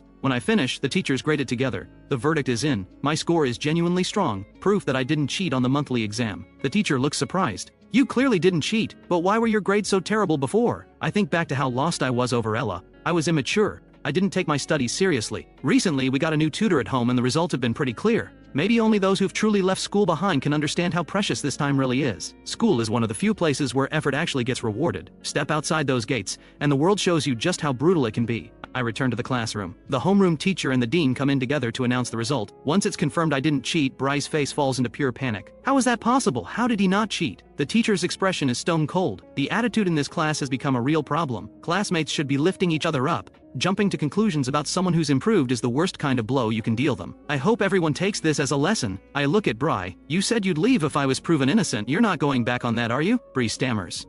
So you are backing out. Turns out some people really can't be taken at their word. In that case, don't make bets you can't keep. Jack, Ryan steps in, playing the peacemaker now that his friend is on the ropes. We're all classmates. There's no need to take it this far. Bri was looking out for you. She was worried you might go down the wrong path. She didn't mean any harm. Just give her another chance. The moment Ryan speaks, other students chime in. Yeah, expulsion is way too harsh. I smile, looking at all these faces so quick to have opinions that cost them nothing. They're genuinely deferring to Ryan. Whatever he says, goes. I turn to Ryan. You're so concerned about her, why don't you withdraw in her place? Ryan's lips tighten, eyes fixed on me, and within moments his eyes begin to well up, as if I'm the one bullying him. The rest of the class immediately turns on me. Bry's the one who went after you, not Ryan. Why are you dragging Ryan into this? Ryan actually speaks up for you, you know. He treats every student the same. Everyone's against me now. I smile. Treats everyone the same? I wouldn't go that far. If it were me getting expelled today, would you have said a single word in my defense? Of course I would, Ryan says. I've always told people to be kinder to you. I can't stand his act. I turn to Bri. Fine, you don't have to leave, but we all know what your word is worth. So how about this? Run 20 kilometers instead. Bri stares at me, horrified. 20 kilometers? Is he trying to kill her? She has almost no athletic ability to speak of. If you can't do it, then pack your bags. I scoff and sit back down. Honestly, whether Bri stays or goes doesn't matter much to me. But if she faces no consequences, everyone will think I'm fair game. She has to pay something. Fine, I'll run, Bri snaps. Not just run, I say. While you're at it, you're going to shout your apology out loud. That you wrongly accused me, that I never cheated. Let the whole school know what you did. Isn't that going a bit too far? You're making her humiliate herself in front of the whole school. Compared to what she did to me, I'd say I'm being quite merciful. After class, Bree goes to run her 20 kilometers, the price of keeping her spot in school. She has no choice. I'm not going anywhere either. I sit on the steps right there watching every lap. I have no intention of letting her off the hook. Her stamina is nowhere near Ella's. She runs slowly, and having to shout her apology every lap makes it even harder. Before long, she's on the verge of collapsing. Ryan walks over to me. Jack, Bree knows she was wrong. Let it go this time. She's not like Ella. She doesn't have the stamina. 20 kilometers could kill her. So what you're saying is, if your rumors had driven me to something worse, that would have been my problem? But you're fine, Ryan says. You're not the type to do something like that. I look at Ryan. The afternoon light hits him from behind, leaving his face half in shadow, impossible to read. That faint air of superiority. I remember, right before I died, Ryan called me specifically to rub it in. Whether he had a hand in what Ella did, I'm still not sure. But he knew everything. Together they pushed me to my death, and now he has the nerve to stand here and call me out of line. You've got some nerve. How long are you planning to keep up that harmless nice guy routine? You really think I'm going to fall in line like everyone else? Hanging on your every word? If you've got a problem with it, go run in her place. Otherwise, stop talking. Seeing Ryan take the hit, Ella steps in. Jack, that's enough. Ryan was just trying to warn you. If something goes wrong, that's on you. I look up at her. What's this? Saving your hero. Ryan glances at Ella, sees how upset she looks, and sets aside whatever's been bothering him about her home situation. He turns to me. Jack, you hate me and you go after my friends. Is this about Ella? If you think I took her from you, fine, take her back. Ryan, Ella says sharply, don't say that. I have absolutely no feelings for him. Ella rushes to reassure Ryan, the two of them so devoted, so perfectly matched, and I'm left looking like the bitter, scheming third wheel. I laugh. Keep her, Ella. I don't do recycling. Before Ella can respond, I continue. As for me bullying Bri, the whole school knows she came after me first. What I'm doing now is practically generous. If she doesn't want to run, she can leave. I'm not stopping her. I used to care about being the good guy, keeping a clean image, never stepping on anyone. And where did that get me? I became the one getting stepped on. This time around, I'm living for myself. I couldn't care less what anyone thinks. Ella takes one look at me and gives up. She turns to Ryan. He's beyond help. If something happens to Bree, he'll regret it. Let's go. She grabs Ryan's arm and walks away. Bree's body gives out after just 10 kilometers. She collapses. Ella and Ryan call it in and rush her to the hospital. I follow. Ella looks at me with barely concealed satisfaction. Happy now? Absolutely. Why wouldn't I be? I pull out my phone and call the hospital director. I have the best doctors assigned to her case, and cover every cent of the medical bills myself. Ella and Ryan had been looking to use Bree's collapse against me. Now they have nothing to say. Ryan stays in the room, watching Bree as she stirs awake. You okay? Bree opens her eyes. Ryan. He gently pats her shoulder. How are you feeling? Everything hurts, Bree says, laying it on thick. I'm leaning against the wall, casually sipping a carton of yogurt. The specialist just checked you out. You're perfectly fine. Your stamina is just terrible. The doctors recommend more exercise. Tomorrow at school, don't forget to finish the remaining 10 kilometers. Bree's eyes go wide. She just collapsed and he's still thinking about those 10 kilometers. Is he actually evil? Are you trying to kill me? Relax, you won't die, I say. If you pass out again, the whole hospital's team of specialists will be right there for you. Bree's face flushes red with fury. I raise an eyebrow, my voice perfectly calm. What's the matter? Thinking about backing out? You could always just withdraw instead. Stop pushing it. I hear your parents both work at Shengda Group, I say. Bree's eyes go wide. He knows, her family. You investigated me. So what? Bree clenches her fists. I'll finish the run tomorrow. Good. The medical bills are already taken care of, and just so you know, as long as those 10 kilometers aren't done, even if you drop dead, I'll have the doctors bring you back. I walk out of the room. Ella watches me leave, that cold expression on my face making her frown. Bree turns out to be fine. After an IV drip and some rest, Ryan and Ella take her home. I'm not idle either. Back home, I photograph the payment receipt and the medical report and post them both to the class group chat. I've seen enough setups in my time. I'm not giving anyone ammunition to use against me. Only after all of that I finally lie down. The next day, Bree dutifully runs her remaining 10 kilometers. After everything, she doesn't dare act up in front of me the way she used to. Whatever resentment she holds, she keeps it to herself. No more pointing fingers at me to my face. The other students start looking at me differently too, with a new edge of caution. Everyone saw what happened to the last person who crossed me, and on top of that, he's loaded. Cross him, and he'll even foot your hospital bill. They've stopped calling me a simp, stopped bringing up my grades, but behind my back, they're still whispering about me being kept by an older woman. Someone even posted it to the school forum, photo included, and no one knows who. By the time I see it, the replies are piling up. They won't come at me directly anymore. The internet is their only cover. Hidden behind a screen, no one knows who's who. Monday afternoon. I've just walked out of school when I spot two pretty girls standing at the gate. Their uniforms, Yangchuan High. Sophia wears the same uniform, so I recognize it immediately. Some guy nearby can't help himself. They're gorgeous. That's Lily. She's on Yangchuan's tennis team. I used to only have eyes for Ella. Everyone else barely registered. I'd heard Lily's name before, but I had no mental image of her. Looking at her now, I can see she's got a great figure. But as for beautiful, she's nowhere close to Sophia. I honestly don't know what was wrong with me in my past life, turning down Sophia like that. Looking at Sophia now, I realize just how stunning she really is. Put her next to anyone and she still comes out on top. My driver is already waiting at the gate. I'm heading over when Lily steps right into my path. You're Jack, right? She looks me over with undisguised curiosity. I say flatly, who are you? I don't think we've met. Lily's lips curl into a smile. You're that high school boy being kept by an older woman, right? You've been all over the school forum lately. Words made it all the way to our school. Of course, people are also saying I'm not someone to mess with. The story of me dealing with Bree has apparently been retold in vivid detail. Someone bringing it up to my face like this. I find that kind of interesting, actually. I'm not annoyed. I ask calmly, Lily, is it? Lily stares at me, caught off guard. You know who I am? She recovers quickly. I heard you used to support Ella. Is that true? You're not interested in me, are you? I'm not the type to live off someone. She clutches her chest dramatically, as if me knowing her name was some kind of assault. I look at her, genuinely amused. Is your family too poor to own a mirror? If you really can't afford one, I'll give you the money. Go take a good look. You think I'd be interested in you? I hitch my bag up and walk away. Lily stands there, ego bruised. Excuse me? Who talks like that? I don't even look back. I get in the car. Lily stands there and slowly a smile creeps onto her face. Jack, right? You've got some nerve calling me ugly. I won't forget this. When I get home, Sophia is there. She's been gone for days. Finally showing up. Snowball hasn't seen her in days and goes absolutely wild with excitement. Done with everything? I ask. Sophia stands up and I glance at her. Honestly, she's just too good looking. I thought maybe you found tutoring me too annoying and decided to quit. I did try other tutors recently, but honestly none of them explain things as well as you do. Not at all, Sophia says. Things just got a little hectic, so you don't need to explain yourself to me. I'm just glad you're here. If you have things to take care of, go ahead and take care of them. In my past life, after everything I put her through, she still thought of me at the end. Even arranged to have my body taken care of. After what I did to her, a few days of being busy is nothing. Sophia gives a small nod. Let's get to studying, I say, and I actually mean it. We walk into the study together, a few days apart, and I've stacked up a whole list of questions for her. While I work through my assignments, Sophia sits beside me watching. She's seen what's been circulating online, of course. She'd been a little worried, wondering if I was taking it hard. But seeing me now, she can tell I'm holding up fine.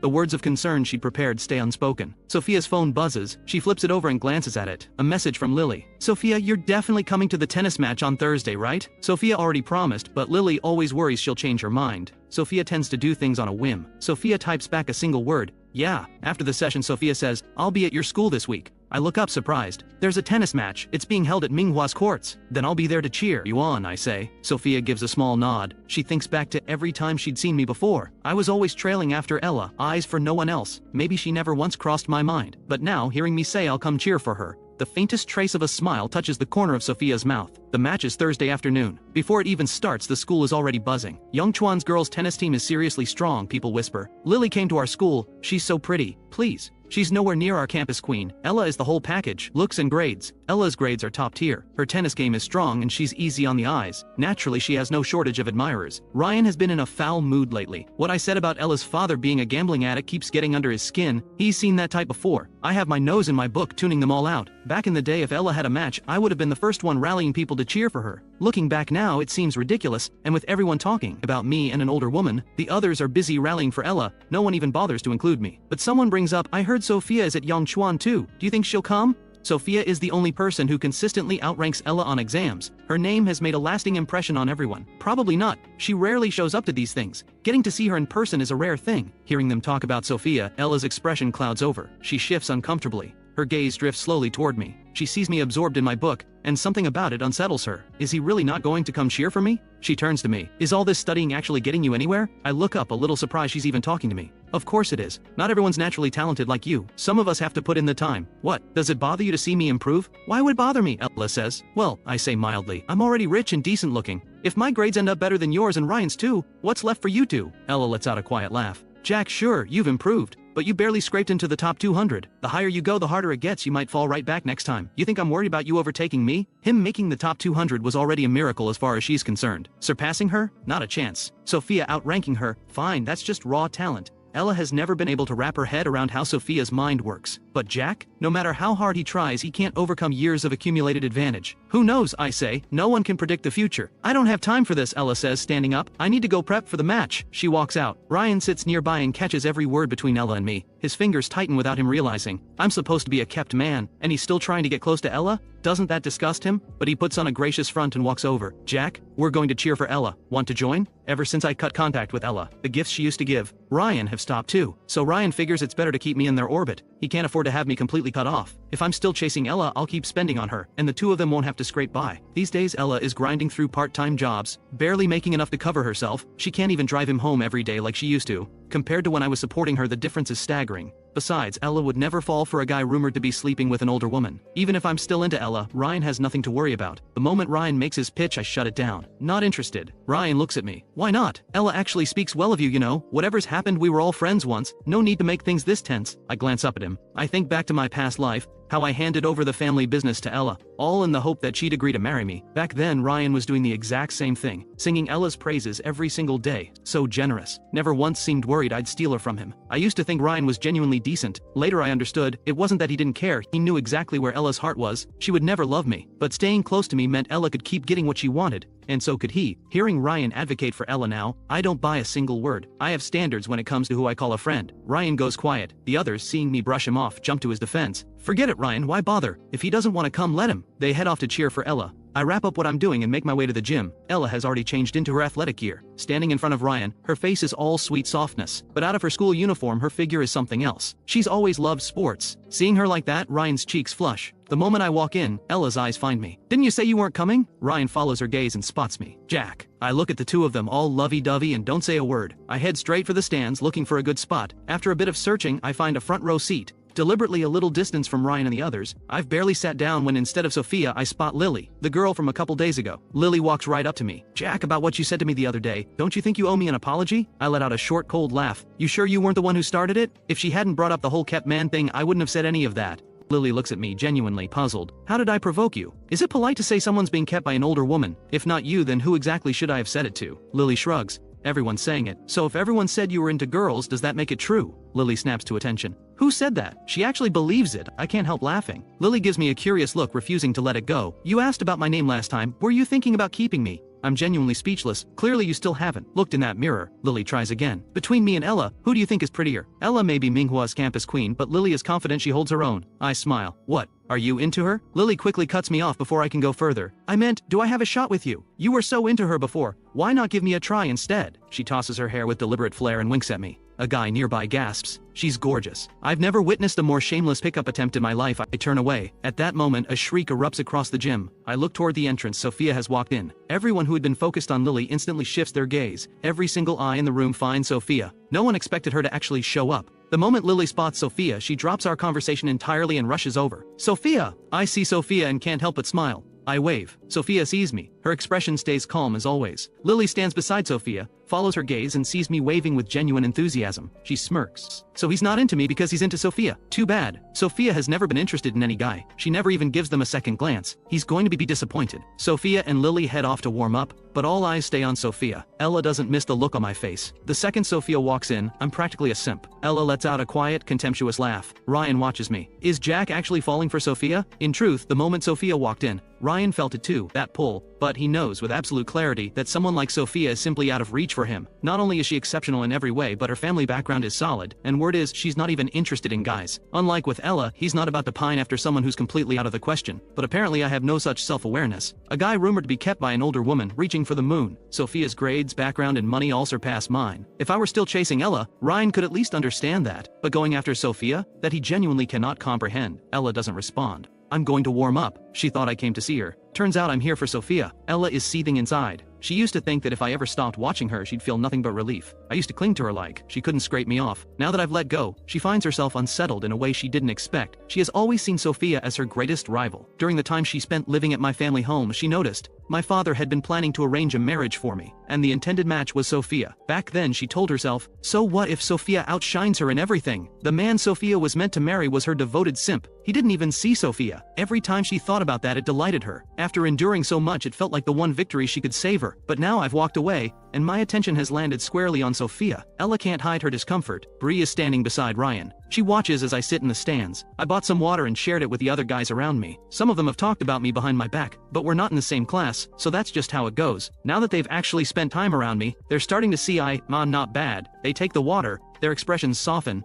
Bree leans toward Ryan. Is he trying to win people over? Ryan shrugs. Sophia's here, he probably wants to show off. Bree looks at Ryan stunned. You mean he's actually trying to go after Sophia? Is he out of his mind? Sophia, his girlfriend, please. Who's going to want someone like him after all that? I've never seen anyone flaunt something like that so openly. ND, I just saw Lily talking to him. Is he just into any girl who's halfway decent looking? Ryan sighs. He's got the means. He didn't come here to study. Honestly, he's kind of pitiful. If he had parents keeping him in check, things might have turned out differently. Bree scoffs. Pitiful? You're just too kind, always making excuses for everyone. Bree only dares to mock me behind my back now. Not a word to my face. The girls' tennis match gets underway. I watch closely. Today's match is brutal from the start. Lily and Ella both pick up yellow cards within the first few minutes, leaving the crowd stunned. Under normal circumstances, matches don't start this heated. Ella came in with one target, Sophia. She's determined to outplay her, to make me look at her again. She doesn't have to want me, but I am not allowed to stop wanting her. She wants to prove she's the one worth loving. But Lily came out of nowhere and has been going straight at her. For Sophia, this match is effortless. She's not even playing at her real level. Yongchuan's school team is strong, but Sophia is in a league of her own even compared to them. After a few solid shots, she starts coasting. I sit quietly watching her. Her whole energy is completely different from everyone else. Ella is fighting to win and finding no opening. Meanwhile, Sophia looks like she came here for fun. At the half, the players' rest area is right in front of where I'm sitting.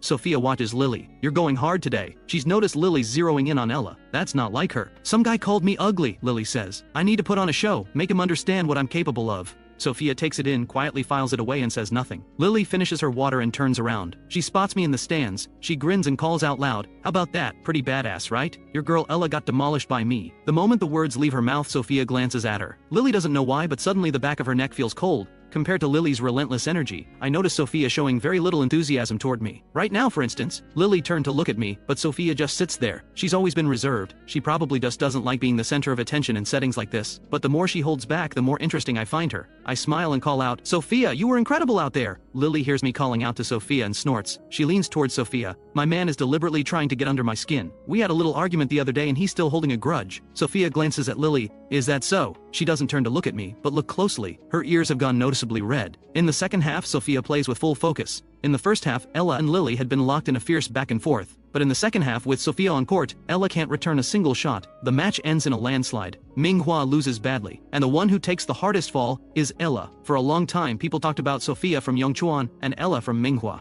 In the same breath, the general consensus had drifted toward them being roughly equal. Today's match settles it. In every way that matters, Ella cannot compete with Sophia. Every time Sophia scores, I lose it. I can barely stay in my seat. Before, I never paid Sophia any real attention. I had no idea what she was actually capable of. Looking back now, I really was blind. Ryan and Bree had rallied their people to cheer for Ella. Now they sit in silence, nothing left to say. My section is packed with Sophia's fans. Everyone around me is ecstatic. And me, I'm the most worked up of all. Eyes locked on Sophia, I'm practically squealing under my breath. Bree mutters, "Does he even remember which school he goes to?" Thank God Sophia wouldn't look at him twice, otherwise it'd be physically disgusting. The words are barely out of Bree's mouth when Sophia, just off the court, walks toward the stands and stops right in front of me. As she approaches, the guys around me are all reacting. I look at her. "You were amazing." Sophia says, "Water." Her voice is like a gentle breeze, soft and smooth. I never imagined one person could be this exceptional in every way, and have a voice like that on top of it all. The guy closest to her quickly holds out a bottle, but Sophia doesn't take it. She looks at me. I pick up a bottle and hold it out to her. "You really were incredible." My voice comes out soft. Those few simple words are enough to make the corner of Sophia's mouth lift. Under my gaze, she tips the bottle back and drinks. Lily, who had been ready to swoop in and show off, watches this unfold with wide eyes. What just happened? She's been working so hard all day to impress him, and Sophia just swooped in and took the moment. More importantly, Sophia has never once shown interest in any guy. She always brings her own water to matches. She never interacts with male students. She keeps everyone at a distance, at school and everywhere else. And yet right now, could Sophia actually like him? The thought hits Lily like a shock. Sophia finishes the water and says, "I'm going to change. Let's go home together after school." I nod. "Sure." Sophia turns and walks back. Lily stares, jaw dropped. "Sophia, you know him?" Sophia says calmly, "I'm pursuing him. Everyone is saying I'm being kept by an older woman, and Sophia just said she is pursuing me." That word, pursuing. Since when does Sophia need to pursue anyone? Normally all she'd have to do is give the slightest nod and anyone would fall over themselves to be with her. Noticing Lily staring, Sophia asks, "What? Got a problem with that?" Lily doesn't dare have a problem. She just never imagined I was the one Sophia had her eye on. She's been flirting with me all day, and it turns out she was flirting with Sophia's person. Thinking back to everything she said in front of Sophia earlier, Lily wants to slap herself. She scrambles to apologize. "I swear I didn't know. If I had, there's no way I would have acted like that toward him. Not toward your guy." Sophia's expression stays completely composed. "It's fine. He wasn't interested in you anyway." Lily genuinely wants to say, "Was that necessary?" Seeing Sophia completely serious, Lily asks, "So where exactly do things stand between you two?" Sophia answers, "He hasn't fallen for me yet. She's my tutor, yes. But Sophia suspects I haven't truly fallen for her. I used to like Ella. Maybe Sophia is just someone I'm using to get under Ella's skin. But if she can be useful to me in some way, she's fine with that. Being by my side is already enough to make her happy." Lily takes in what Sophia said, and glances back at me in the stands. I'm standing there, looking her way. All that cheering I did, Lily thought I was just a simp for Sophia. Turns out Sophia is the one doing the chasing. The two people at the center of it all are completely calm. Everyone else is losing their minds over what they just overheard. The group chat explodes. Does Sophia actually have feelings for Jack? Not long ago I was Ella's simp. She didn't even see me. I ran errands for her like a servant, day after day. And now the person who outclasses Ella in every way has gotten herself tied to me. Ella comes out of the locker room, changed and dark. She lost the match. And the one who beat her didn't just win, she crushed her. Ryan and Bree trail behind, wanting to say something comforting, but they can't find the words. They're just as deflated. A moment ago they were certain someone like Sophia could never be interested in me. Then they watched her walk straight up to me herself. Bree says, "Is Sophia blind? How could she possibly be interested in him? Does she not know who Jack is?" Ryan's expression is stone. He used to tell himself, no matter what I did, Ella would always choose him. But seeing Sophia connect with me today pushes him to the edge. Why someone like me, already rich, is now somehow within reach of someone like Sophia. Maybe they just didn't try hard enough. If they had gone to cheer for Sophia today, maybe things would be different. I walk out of the gym. The guys who were sitting with me earlier look over. "Jack, you know Sophia." I give a casual nod. "Are you two together?" They were close enough to see it. The way Sophia looked at me was unmistakable. They can't help wondering. "No," I say, "we're just engaged." I'm warm towards Sophia, sure, but that's largely because of what I lived through before. This time around, I genuinely don't know what she thinks of me beyond the engagement. After what happened with Ella, I don't dare assume. I'm not about to become anyone's simp again. Seeing their curious faces, I add, "Our families know each other. That's all." They look at me. "So your family actually is wealthy." We thought, I don't dodge it, that I was being kept by an older woman. A few of them look guilty. That's what the post said. Someone was picking me up from school. I laugh. Think what you want. It doesn't bother me. It's not true, and frankly the whole thing is just funny, like I need someone to support me. I wave goodbye to the guys from the other classes and head back to my classroom. I walk in and everyone stares. I'm used to it by now. I sit down quietly. The girl at the desk in front turns and stares straight at me, her tone dripping with passive aggression. "We lost the match and you look perfectly happy about it. She and Ella are on the same team." I smile. "You lost the match, I didn't. Why wouldn't I be happy? Getting noticed by Sophia, you must feel pretty special," she says. I let out a quiet laugh. "What's wrong? Upset she didn't notice you?" That shuts her up. She turns back around fuming. A little while later, Ella comes back with Ryan and Bri. Ella drops into her seat. I glance at her. I can sense it. Ella's anger is reaching a boiling point. She's always like this after losing to Sophia. I used to rally behind her, sharing her frustration. Now I just find it funny. Ella's gaze lands on me. She sees me smile, and her eyes go colder. "Why are you looking at me?" I say. "Your skills weren't good enough. That's not my fault." Ella stares back at me. She lost, and instead of even a word of comfort, I'm sitting here mocking her. It gets under her skin. Every time she lost to Sophia before, I'd buy her things, bring her gifts, coax her out of her mood, tell her she was better than Sophia in every way. Now I'm the one making it worse. The bell rings. I pack up quickly, stand, and walk out. Seeing me leave, Ella stands too. She grabs her things and follows. She moves fast. Ryan can't keep up. I've barely reached the stairwell when Ella is right behind me, grabbing my arm. I turn and look at her. "What are you doing, Ella?" Ella stares at me, eyes red. I stop. She holds herself together barely. "Are you really planning to be with Sophia?" The question catches me off guard. She never used to care about things like this. What's going on with her? The way she's looking at me, like I'm the one who let her down. I reach to remove her hand from my wrist, but she's gripping tight. I can't help but laugh. "Wasn't I the one you found suffocating? You told me every day I spent chasing you felt like a nightmare to you." Those were her exact words. Right before I died. I didn't know until she said it. All that love I poured into her, it disgusted her. Turns out giving someone everything you have doesn't make it precious. To them, it was just a burden.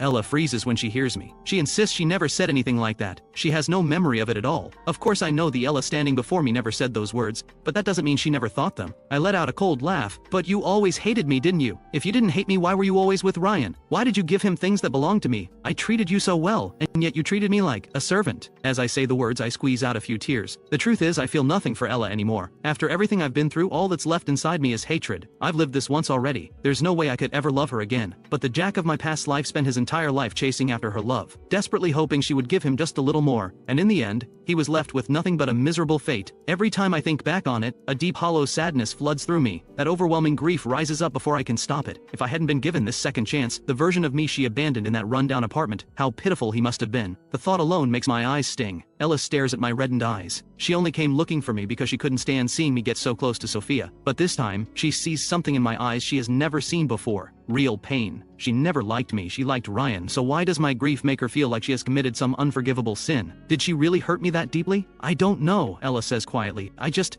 don't want to talk about feelings." Even now she's still making excuses. I reach up and wipe my tears away. "I know, you just don't want anything with me. You and Ryan are the ones who are perfectly matched, right? So whether I'm with Sophia or Lily, that's none of your business, is it?" She wants to say something more. My reaction has clearly stirred a guilt she wasn't expecting. While we're still facing each other, Ryan and Bri have already appeared. Ryan stands at the top of the staircase looking down at me and Ella. He stares at us, visibly surprised. From where he stands, we're standing very close together, and Ella still has her hand wrapped around mine. The moment Ryan appears, something clicks in Ella's mind and she quickly lets go. I watch her instinctive reaction and give a bitter smile. Of course, seeing me with Sophia must have rattled her. After all, her cash cow just walked away. But Ryan will always be the one who matters most to her, and I'm just dying to watch things get messy between them. I lower my head and say, so please don't come looking for me in private. I wouldn't want Ryan to get the wrong idea. Without waiting for a response, I turn and head downstairs. The moment I reach the bottom of the stairs, those glassy, tearful eyes are wiped completely clean. I have absolutely no reason to cry over a snake like her. That little performance upstairs? Just me having a bit of fun. She deceived me so thoroughly in my past life. This time around, I won't let her off so easily. When she's at her lowest, I'll always leave her just a flicker of hope.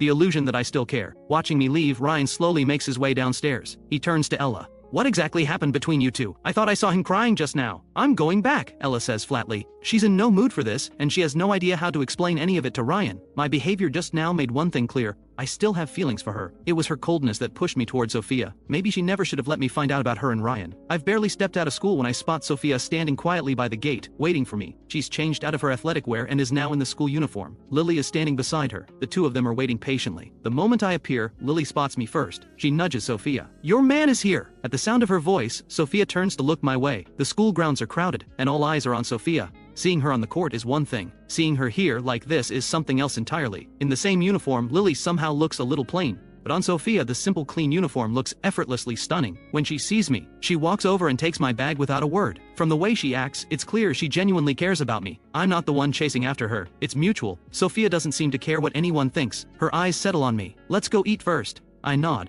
My mood hasn't been touched by Ella at all. She doesn't deserve that kind of power over me. Lily beams at me. Hey there! I glance at her with a flat look. Sensing my displeasure, Lily quickly backpedals. Okay, I was blind to greatness before. I didn't mean to get on your bad side. Please don't be mad at me, I really am sorry. She keeps using that nickname, but I can't be bothered to argue. I simply turn to Sophia and ask, are you two friends? A clear hint of indifference in my voice. Sophia glances at Lily and says, no. Hey, come on, Lily protests immediately. It's all my fault. I'm apologizing to you. You were the first person to say to my face that I was being kept by an older woman. I remember it perfectly. I was wrong, Lily says in a small voice. It's all those people online spreading nonsense. I'll get to the bottom of it and find out who started it. I'll make it right for you, I swear. The car from Sophia's family has already pulled up. Sophia ignores Lily entirely. She opens the car door and looks at me. Get in! Lily stands at the roadside watching us both get in. She gives a polite wave. I won't keep you then. I'll head off first. See you next time. Wishing you two a lifetime of happiness and a house full of kids. Sophia rolls up the window with a sigh. Ignore her. I didn't expect you to know her. Sophia reaches over and buckles my seatbelt for me. We just play tennis together sometimes. The mention of tennis brings her match back to mind. The way she moved on the court. I can't help myself. Sophia, you are incredible out there. You scored so much on your own, you should have seen the look on Ella's face. Sophia takes the praise with quiet composure. She's just not good enough. If it weren't for Ella, she wouldn't have shown up to that match at all. Hearing Sophia speak about Ella so bluntly, I find that rather amusing. I didn't think she had it in her to talk about someone like that. Though to be fair, everything she said was true. You really are something else, I say. I honestly can't find a single flaw in you.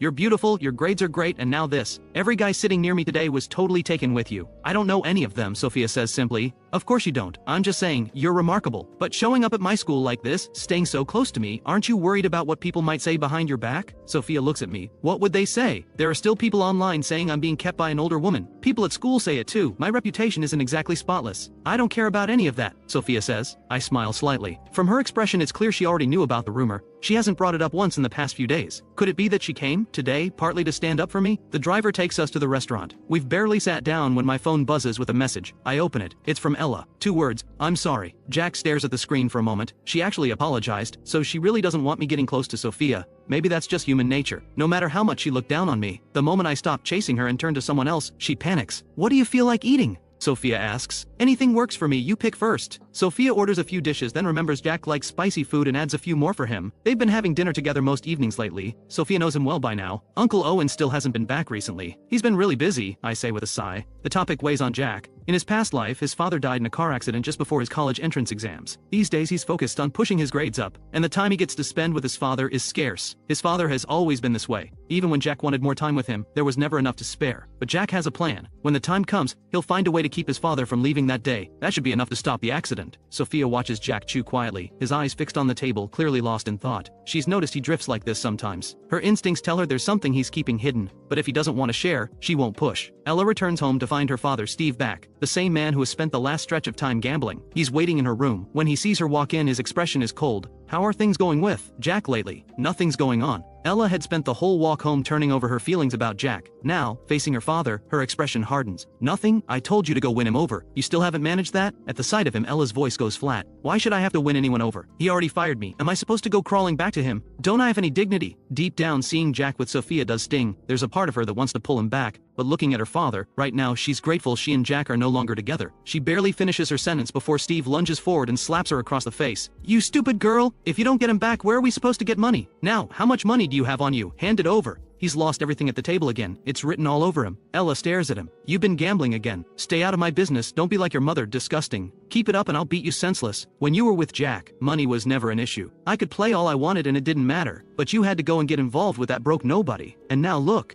You've let a golden catch slip right through your fingers. Get him back, or I won't let this go. Steve storms out. Once he's gone, Ella checks the hiding spot under her bed. The money she stashed there is gone. He's already found it. The apartment is small. Growing up with just her father, she's never had any real privacy. There are only so many places to hide things. When she was with Jack, she used to quietly set aside some of the money he gave her. University was coming. Expenses everywhere. Her father would be useless. She had only herself to rely on. But even so, he found it anyway. By the time Ella steps back out, he's already gone. She stares at the empty doorway, then kicks the wall hard. After dinner, Jack and Sophia step out of the restaurant to find it's raining. The driver takes Jack home and holds an umbrella out for him. Jack steps out of the car. Sophia takes the umbrella and walks him to his door. Okay, the rain's getting heavy, you should head back, Jack tells her. Sophia looks at him gently. Good night. Her voice is soft. Jack looks back at her, those bright eyes fixed on him. He feels his face go warm. He nods. You too, get some rest. See you tomorrow. Sophia nods, takes the umbrella back and gets into the car. Jack watches her go and realizes, being with her really does make him happy. The car pulls away. Jack is just about to head inside when a familiar voice calls his name. Jack. He turns. Ella steps out of the shadows. She has no umbrella. He has no idea how long she's been standing there. She's completely soaked. The sight of her catches me off guard. What are you doing here? First that apology text, now showing up in person. Looks like my little performance this afternoon hit harder than I thought. Ella looks at me. I was smiling just moments ago, but the second I see her, my expression goes cold. So you're that happy with Sophia? Yeah, I am, Jack says. She treats me well. Unlike some people, Ella has always kept a cold face around Jack. Seeing her look like this, almost tender, is something rare. Even knowing she's ice through and through, even knowing every bit of this is an act, seeing a side of her he's never seen before still stirs something oddly satisfying in him. What do you want, Ella? Jack asks. A faint smile tugs at the corner of Ella's mouth. So you've really made up your mind, you're done with me. What, running low on cash again? Jack says. The only time you ever look at me like that is when you need money. You're overthinking it, Ella says, holding his gaze. I just wanted to see you. She turns to leave. I'm going home. She turns and starts walking, and within moments Jack watches her collapse to the ground. Jack calls for Auntie Chen. She hurries over and stares at the figure on the ground, visibly shaken. Isn't that Miss Ella? What happened to her? Not sure, she collapsed. Auntie Chen holds the umbrella over Ella and presses a hand to her forehead. She's burning up, must be a fever. What do we do? Are we going to take care of her? Bring her inside, Jack says. Get a doctor. Should I put her in her old room? Auntie Chen asks hesitantly. Wasn't there a room Uncle Steve used to stay in? Put her there for now. The room Jack used to give her was arranged to his own high standards. Letting her have that now would be a waste. The way things stand, the staff quarters are more than enough for her. Auntie Chen has Ella moved to the staff room. Then she calls for the doctor. The doctor confirms it's just a fever, nothing serious. They let her rest. Jack stands by the window looking out at the courtyard. The rain is relentless tonight. He's already showered, but sleep won't come. A message from Sophia lights up his phone. I'm home, Jack replies. Just finished showering. Then get some rest. Good. Good night. Jack sets down his phone and falls asleep. The next morning, Jack comes downstairs to find Auntie Chen has already prepared breakfast. He sits down and asks, how's Ella? She woke up around dawn and left first thing. Jack looks up, caught off guard. Really? I assumed she was still here. I told her to wait until you were up, but she wouldn't listen. That girl, I can never tell what's going on in her head. Honestly, same, Jack says. She's impossible to figure out. Auntie Chen looks at Jack warmly. If you ask me, Miss Sophia is so much better for you. Young master, please keep your distance from Ella from now on. She's worried he might fall back into being a lovesick fool all over again. Jack laughs. Relax. The only reason I even bothered last night was because she collapsed at my door. I didn't want that bad omen on my conscience. Auntie Chen smiles with relief. Good. Ever since Jack stopped being a lovesick fool, she stopped worrying the way she used to. The spoiled young master has really grown up. By the time Jack gets to school, Ella has already gone home, changed, and come back. When she sees Jack walk in, she keeps her head down and says nothing. She's back to her usual cold self. Jack thinks she has some nerve. He practically saved her life last night, and she can't even manage a thank you. He drops into his seat and ignores her right back. Does she really think he's still the same lapdog he used to be? When class ends, Ryan comes over. He and Ella head off together for a student council meeting. Ryan looks at Ella as they walk. Are you feeling better today? Ella glances at him. I'm fine. Losing the match yesterday wasn't really the issue, but seeing Ella with Jack yesterday has been weighing on Ryan's mind. Ella says nothing. After Steve took her money yesterday, her mood has been dark ever since. Ryan sees she's not talking and takes a breath. Ella, if you want to be with Jack, I support you. I really do. You're overthinking it, Ella says, looking straight at Ryan. I have zero feelings for Jack. I'm not getting back with him. I just can't stand watching him walk around with Sophia like everything's fine. I don't want them to get off so easy. Ryan nods. Good, Ella, no matter what, I'm always on your side. Ella gives a small nod. Then she thinks of her father, using her to swindle money from Jack's family. There's no way she'll be part of that. Steve has no limits. She's always known that. She refuses to let him turn her into his tool. That's why she left Jack's house the moment she came to her senses this morning. She wants nothing more to do with him. In the days that follow, Ella spends all her time with Ryan. She stops hovering around Jack entirely. Jack doesn't spare them a second thought. He focuses on his classes every day. In his free time, he browses property listings and buys tie. Prices are still low now. Later, they'll skyrocket. One afternoon, Jack leaves school a little later than usual. He stayed behind to finish some homework. By the time he steps out, the school gate is nearly empty. Young Master Jack! The moment he steps outside, someone calls out to him. He looks up and sees Steve. Uncle Steve, Jack says. Here to see Ella? Steve looks at me. Yeah, just checking on her. That rotten girl, I've been giving her an earful lately. It's her own fault. She just had to go after that Ryan kid. No sense of what's good for her. Don't be too hard on her, Steve says. I'm not angry, Jack replies. Jack takes in Steve's disheveled appearance and frowns slightly. Just then, Ella and Ryan come out of the school. Seeing Jack and Steve together, Ella can't help herself. What are you two doing here? Last time Steve took her money, he disappeared for days. Now he's back, which means he's broke again. Steve shoots her a dismissive look. I'm talking to my son-in-law, none of your business, get lost. Ella turns her sharp gaze on Jack. And you, why are you still standing there? What, do you actually want to be his son-in-law? Take a look in the mirror first. Get out of here. She lets loose at Jack without holding back. Jack already knows she's never been warm to him, but even so, the force of it catches him off guard. He stares at her. This woman, every single time. It takes him a few seconds to recover. You flatter yourself. Who would want anything to do with you? He fires back and walks away. Steve calls after him. Don't you worry, son-in-law. I'll send Ella to find you in a couple of days. I'll straighten this girl out when we get home. He tries to follow Jack, but Ella steps in front of him and blocks his path. Steve cedes. He glares at her. What do you think you're doing? You won't make an effort yourself and now you're stopping me too? We finally had him right here and you drove him off. Can't you do anything right? Jack is already in the car. He watches through the window as Ella blocks Steve, her face tight. Stop coming to my school. I'll come whenever I want, Steve snaps. Where's the money? You don't know how to make money? I don't have any, Ella says. You took it all last time. That was my university fund. So what have you been doing about it? The question set Steve off. Back when Ella had Jack wrapped around her finger, he had no complaints whatsoever. He didn't care that she was spending every day with Ryan, because Jack didn't seem to mind either. But now things are different. Jack has cut Ella off because of Ryan. Steve can no longer afford to let things slide. This is my problem to handle, Ella says. Go home, I have a shift to get to. A shift, a shift. Steve throws up his hands. That's all you know. How much does that miserable job even pay you in a month? You'd be better off winning Jack back. Look what you just did, you chased him off. So what if I don't like him? That's my right. You, Steve raises his hand, then remembers they're in front of a school. We'll finish this at home. Money, now. If you don't give me any, I'll go find Jack myself. Go get money, did you hear me? You're just like your mother, heartless. Ella's face is stone cold. Whether you live or die is none of my concern. She steps onto the bus at the stop and doesn't wait for Ryan. Steve watches her go, fuming. He looks down at the few hundred in his hand. That daughter of his is getting harder and harder to control. Ryan had walked out with Ella, but seeing the scene unfold, he hung back. He watched from a distance, not daring to step in. Only once they're both gone does he come out. He'd only ever known Steve as a driver. He had no idea that was Ella's father. And the fact that he came here demanding money when Ella has nothing left, that's a lot to take in. He'd figured stepping in would only make things messier and more embarrassing. So he stayed back and waited it out. Jack sits in the car for a long moment before finally telling the driver to go. He thinks about the way Ella just laid into him and almost laughs. I don't even want her. And yet she's worried I might actually marry her, just because her dad said a few nice things? Jack gets home. Auntie Chen beams at him. Welcome back, young master. Jack gives a quiet, Who upset you? Auntie Chen asks. She picks up on his mood immediately. Nothing. Just a bad omen of a person. When Sophia gets here, send her up to the study. Sophia has been arriving later than usual lately. Jack isn't sure what's keeping her. He's barely gone upstairs when Sophia arrives. The young master seems a bit off today. Sophia frowns. What happened? Auntie Chen shakes her head. He didn't say, but it's got to be something to do with Ella. She's the only one who makes him shut down like that. Sophia heads upstairs and opens the study door. She finds Jack at his computer watching this year's most popular holiday comedy sketch. He's watching intently and laughing genuinely. Sophia walks over and settles into the empty seat beside him. Jack glances at her. You're here. Sophia meets his eyes.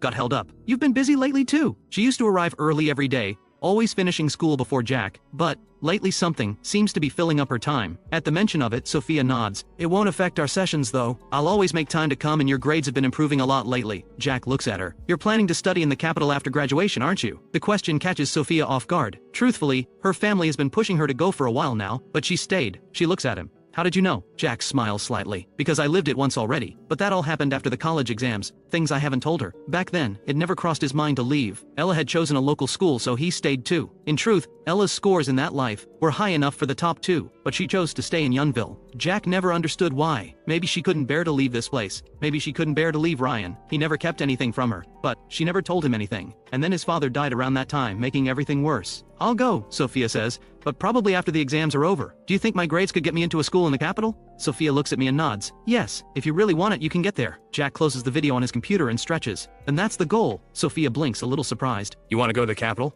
I just want to give it everything I've got, Jack says. I've been given a second chance. Might as well aim high. If you don't even dare to dream it, no amount of luck in the world will make it fall into your lap. Sophia watches him, that familiar confidence back in his eyes. Feeling better? Ella got under my skin, Jack admits, and gives her a quick rundown of what happened at the school gate. Isn't that ridiculous? I never said anything about marrying her. She acted like I was going to drag her to the altar, and then she goes off on me like that. Unbelievable. She likes Ryan. Fine. Nobody's desperate for her. It's my own fault. I was blind before. I made her think she mattered that much. Sophia looks at him and says softly, Our Jack is the best. Way too good for someone like her. Jack hears the words and looks over at her, only to find her gazing straight at him with quiet sincerity. His face goes warm before he can stop it. Good grief. He thought his heart had died somewhere in his past life. But when Sophia speaks to him like this, something impossibly shy stirs inside him. It takes him a long moment to collect himself. Do you talk to everyone like that? No, Sophia says. I don't say things like that casually. So that means I'm different to you. Sophia stiffens slightly at that. She looks away and puts on a very serious expression. I made a promise to Uncle Owen to take good care of you. The moment she brings up his father, Jack deflates a little. She really is too obedient for her own good. If your family told you to be with someone else in the future, would you just go along with that too? Sophia turns to look at Jack. Her expression is hard to read.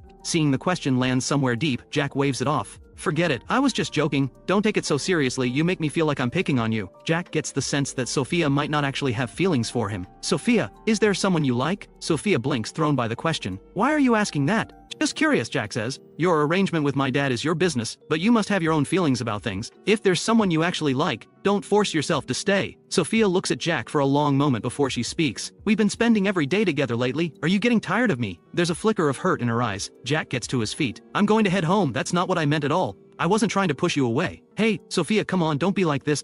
But she's already gone. Auntie Chen sees her coming downstairs. Miss Sophia? I'm heading out, Sophia says, her expression tight. Of course, take care, Auntie Chen replies. Jack comes downstairs to find Sophia already gone. Auntie Chen looks at him. What happened? She's upset again, Jack mutters. I was just making conversation. How does she manage to take offense at everything? She's so sensitive. Just as Jack moves to go after her, Auntie Chen stops him. The people from the property company said they'd be coming by shortly. Jack remembers. He's been in the middle of some property deals. He reins himself in and stays to handle business first. When Ella gets home after her shift, Steve is still there. Any other time, he would have left by now. But he's come back with nothing, ransacked the apartment for money and found none, and is now sitting there smoking. When he sees Ella walk in, Steve says, worked all night and brought home what? A few pennies? If you give me $1,000 a month, that's already impressive. Still not worth a fingernail clipping compared to what Jack could give. Whatever I earn it myself, Ella says. And what does effort get you? You couldn't earn in a lifetime what Jack used to hand you. Don't get full of yourself just because you work hard. This world runs on money and connections, nothing else. Remember when you lived at Jack's place? The life we had then. Look at us now. I'm not doing it, Ella says. And aren't you afraid of getting labeled a scammer and hauled off one day? You'll ruin your own life. Just don't drag me down with you. Ella turns to face him. You talk about family, money, and status. So why haven't you as a father done anything to build that? Steve sputters, caught off guard. Then he recovers. I had bad luck, all right. And your mother, useless woman, sick all the time. That's what dragged me down. That's why I pushed you toward Jack. What does Ryan have to offer? You'd marry him and spend your life scraping by. The Jack family is loaded. And that boy was crazy about you. A little sweetness from you and he'd have been putty in your hands. I don't like him, Ella says. And I won't be with someone I don't like. Like him? What's liking someone worth? I'm not asking you to fall in love. I'm asking you to get his money. What's the problem? I won't do it. When she thinks about Jack, she knows they were never meant to live in the same world. She simply refuses to walk that path with him. She can't deny that life was simpler when he was around. But seeing her father gloat like this makes her sick. He drove her mother away. He mistreated her all her life, and now he wants to ride her coattails. All he does is gamble. A man like this, he deserves nothing. Steve snorts. If I hadn't given you those looks of yours, do you think anyone would even glance your way? And sure, your grades are good, but mine weren't bad either back in the day. Owen isn't anything special. His test scores back then weren't even as good as mine. He only got where he is because his family had money. Ella's expression goes stone cold. She walks straight into her room and shuts the door. Steve stands outside ranting for a good while. Ella rolls up some tissue and plugs her ears. The next morning at school, Jack sees Ella walk in. There's a visible mark on her face. Jack stares. What happened to her? Did someone hit her? thinks back to yesterday's scene with Steve. Did he actually beat her when she got home? Ella takes her seat. Everyone who notices goes quiet. Ryan sees her too. The sight of the injury visibly shocks him. Ella sits down without a word. Jack watches her. This stubborn as a mule, perpetually unlucky girl. He can't help himself. Did your dad hit you? Ella turns to look at Jack, her face cold. What, you want to help me again? Fine, give me a few million then. He's racked up a mountain of gambling debts. A few million from you and I'll date you, how's that? When she speaks, her eyes are full of mockery, as if she's mocking me for my stupidity. It's the kind of look that makes your blood boil. I was just asking a simple question, Jack says. And you jump straight to millions, and dating me on top of it. What kind of logic is that? Then stay out of my business. Ella looks away, head down. The truth is, it wasn't her father who hit her. Debt collectors showed up at the house early this morning, looking for Steve, and Ella got caught in the middle. They warned her to get the money sorted. When she lived at Jack's, none of this would ever have reached her. Her father had a decent salary back then, and Jack's money kept coming in. Even when Steve took from her, he never cleaned her out entirely. She spent freely on purpose. She spends money freely, simply because she does not want to give all her money to her father. Compared to those days, the life she's living now is a disaster. But she refuses to get close to Jack again. If she did what Steve wanted, stringing Jack along, draining him, she's afraid she'd end up becoming just like her father. Jack looks at Ella with an expression full of warmth. Actually, I do care about you. The word care catches Ella off guard. She looks at him. Jack's smile curves. I care about how you're doing. The moment I hear things are going badly for you, I feel completely at ease. That warm, sincere expression, delivering the most infuriating words imaginable. Next time your dad goes after you, Jack adds, let me know. I'd love to be there to cheer him on. Ella yanks out her textbook, her expression murderous. Pushed past her limit, she finally snaps. You don't actually think being with Sophia is going to make you happy, do you? She's way out of your league in every way. Someone like her getting close to someone like you? She has to have an agenda. Jack clenches his jaw. What happens between me and Sophia is none of your business. Jack glances over at Ryan, who is sitting there diligently writing something. Usually he'd have rushed over to check on Ella by now, but today he hasn't even looked her way. He's just focused on studying, Ella says. Right, Jack says. And when your dad showed up yesterday, he was right there, staying well out of it. Ella, tell me you're not about to get dumped by me and then by him too. Ryan has always been sharp. He never lets himself get pulled into anything that could hurt him. Ella may have everything going for her, but Ryan must have serious reservations about that gambling father of hers. In the past life, the reason their love story worked at all was because the Jack family was quietly carrying the weight for both of them. Back then, Ella had access to unlimited funds to manage her father. Now that Jack has cut ties, the cracks in Ella's life are showing. In that other life, something like this would never have happened to Ella. Jack had taken care of everything before it could. Now, Jack's words leave Ella with nowhere comfortable to look. Just as Jack predicted, Ryan doesn't come to find her after class. He seems busy. Bri comes over and takes one look at Ella. Hey, what happened to your face? Did you get into a fight? She's a model student. This kind of thing seems out of character. Ella just says, it's nothing. Bree glances at Jack, then back at Ella. Should we report it to someone? Do you need help? No. Jack watches Bree fuss over Ella and wonders aloud, what's Ryan so busy with? Bree glances back at Ryan and tells me, Ryan's been working on a speech the teacher assigned. Why? Ah, I say flatly. Busy then. Meanwhile, Ella's sitting here injured and he hasn't even looked over. Bree bristles. That's between the two of them. They know what they're doing. What do you mean by that? Ryan cares more about Ella than anyone. He's the most devoted person to her there is. They're even planning to apply to the same university. Not that you'd manage that. No matter how much money your family has, you can't buy your way into the college entrance exam. As Bri talks, Ryan sits nearby listening, desperately wishing he could clap a hand over her mouth. He's been trying so hard to stay invisible, and here's Bri blabbering on and drawing every bit of attention right back to him. I turn to Ella. Which school are you planning to apply to? In the past life, both Ella and Ryan ended up at Yunville University. But Jack has always been curious. Why did Ella settle for that when she could have gone to the top two? Back then he assumed it was because of Ryan. Ella looks at him. Why do you want to know? Just curious, Jack says with a grin. I figured if I knew where you two were going, maybe I'd apply there too. It'd be nice to all be at the same school, right? And I'd get to see firsthand whether you two really are built to last. Are you serious? Bree cuts in. Your grades are nowhere near theirs. You really think you can keep up? Sure, you've improved, but you're not even in the top 10 in our class. You think you can get into the same school as them? Ella seems to share the sentiment. She looks at him almost dryly. We're going for the top two. Come along if you can. Ella does genuinely want to get into the top two. Getting into the capital means escaping Steve, ending his harassment, and maybe finding her mother. So Yunville University is off the table? Jack says, genuinely surprised. Why would I settle for Yunville? Ella says. That might be your ceiling, it's not mine. Alright then, Jack says with a smile. Top two it is for me too. Bree finds it amusing, but she holds back from saying anything more. She's worried she might go too far and actually make Jack angry. She goes back to sit beside Ryan. Jack is too much, she whispers. He said he wants to get into the top two. He doesn't actually think his grades are that good, does he? Ryan looks up at Jack. He had once hoped Jack would fall back into his feelings for Ella, but Sophia's arrival has made that feel increasingly unlikely. His eyes linger on Jack. He turns to Bree. Tell me, do you think Jack still has feelings for Ella? If he does, that would be ideal. If Jack still liked Ella, at least Steve would stop showing up at school making scenes, and Ella would have money again. Bree hears him and narrows her eyes. If he even thinks about going back to Ella, I'll tear him apart. Ryan glances at Bree. Having a friend who completely misses the point every single time is genuinely exhausting. That afternoon, Ryan and Ella head to their meeting. Once they're alone, Ryan turns to her. That injury, what happened? Did your dad do that? No, Ella says. Some people came looking for my dad. There was a confrontation. Money? Ryan had seen enough yesterday to piece it together. Ella nods. Yes. Ryan looks at her and takes a breath, working up the nerve to say what's been on his mind. Ella, this can't keep going. Have you thought about going to Jack for help? What kind of help? Ella looks at him confused. Didn't. You used to tutor him? Maybe you could go back to doing that. We weren't exactly kind to him before, I'll admit, but he's still a wealthy young master. We should be a little warmer to him. He probably wouldn't mind having one more tutor. No, Ella says firmly. I don't want that. She was already let go by Jack. She's not gonna go begging. She may be broke, but she still has her pride. What's wrong with it? Ryan says. You'd just be tutoring him for money. You'd earn more than that cafe job pays you. And you'd have a way to deal with your dad's situation. Something about being pushed toward Jack by Ryan sits wrong with Ella. You'd really be okay with me tutoring him? Ryan smiles. Why would I be upset? You don't have feelings for him. And for Jack, getting to spend money on you is probably the highlight of his day. Everyone at school knows he's close to Sophia now, Ella says. If I go back to him now, what does that look like? I won't do things I don't want to do just for money. Ryan pushes back. Sophia will find out about the rumor sooner or later. When she does, she'll want nothing to do with him. You'd just be reaching out as a friend. That's perfectly normal. And honestly, you don't want to watch him crash and burn with Sophia, do you? Ella stays quiet. She does agree on this point. Sophia is impressive in every way, but this is an arranged relationship. Sophia probably doesn't genuinely care for Jack. Seeing her silence, Ryan presses on carefully. If you don't know how to bring it up, I'll go talk to Jack myself. I'll ask him to take you back as his tutor. Trust me, I can make it work. Ella, whatever happens, you have to finish high school. The way things are going with your dad, I'm not even sure you'll make it to graduation. Ella looks at Ryan, but she still feels uneasy about it. She feels something close to anger rising. Do you think I can't survive without Jack? That's not what I meant, Ryan says. Jack is only acting this way to get a reaction from me, but I'm not going to lower myself for him. And with my dad in this state,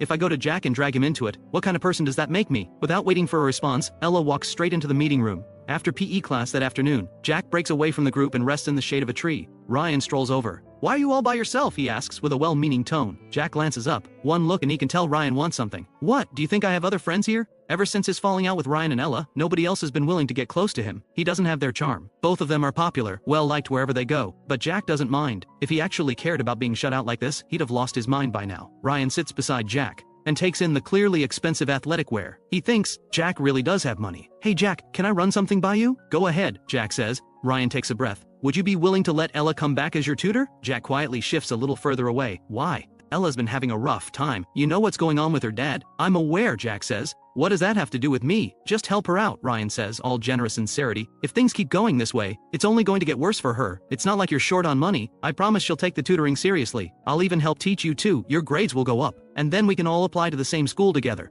Whether Jack has the talent to actually get in is another matter, but once Ella's exams are over, she'll be free, and none of this will be his problem anymore. Jack looks at Ryan in silence. Ryan shifts uncomfortably. Why are you staring at me like that? Do I look like an idiot to you? Jack says. You and Ella are perfectly happy together, and now you're here asking me to take her on as my tutor. You think I'll just pay her a salary, and end up bankrolling both of you all over again like the fool I used to be? Ryan presses his lips together and meets Jack's gaze. It's not even a lot for you. You spent hundreds of thousands on her birthday once. That's pocket change. I'd rather donate every cent to build schools in the poorest mountain villages than give a single penny to Ella. I'm done spending money on her. I said what I said. Jack watches Ryan after saying it. He's surprised Ryan actually came to ask him this. It must have taken considerable resolve. Does he really not feel embarrassed? Ryan speaks. If the reason you hate her so much is because of me and Ella,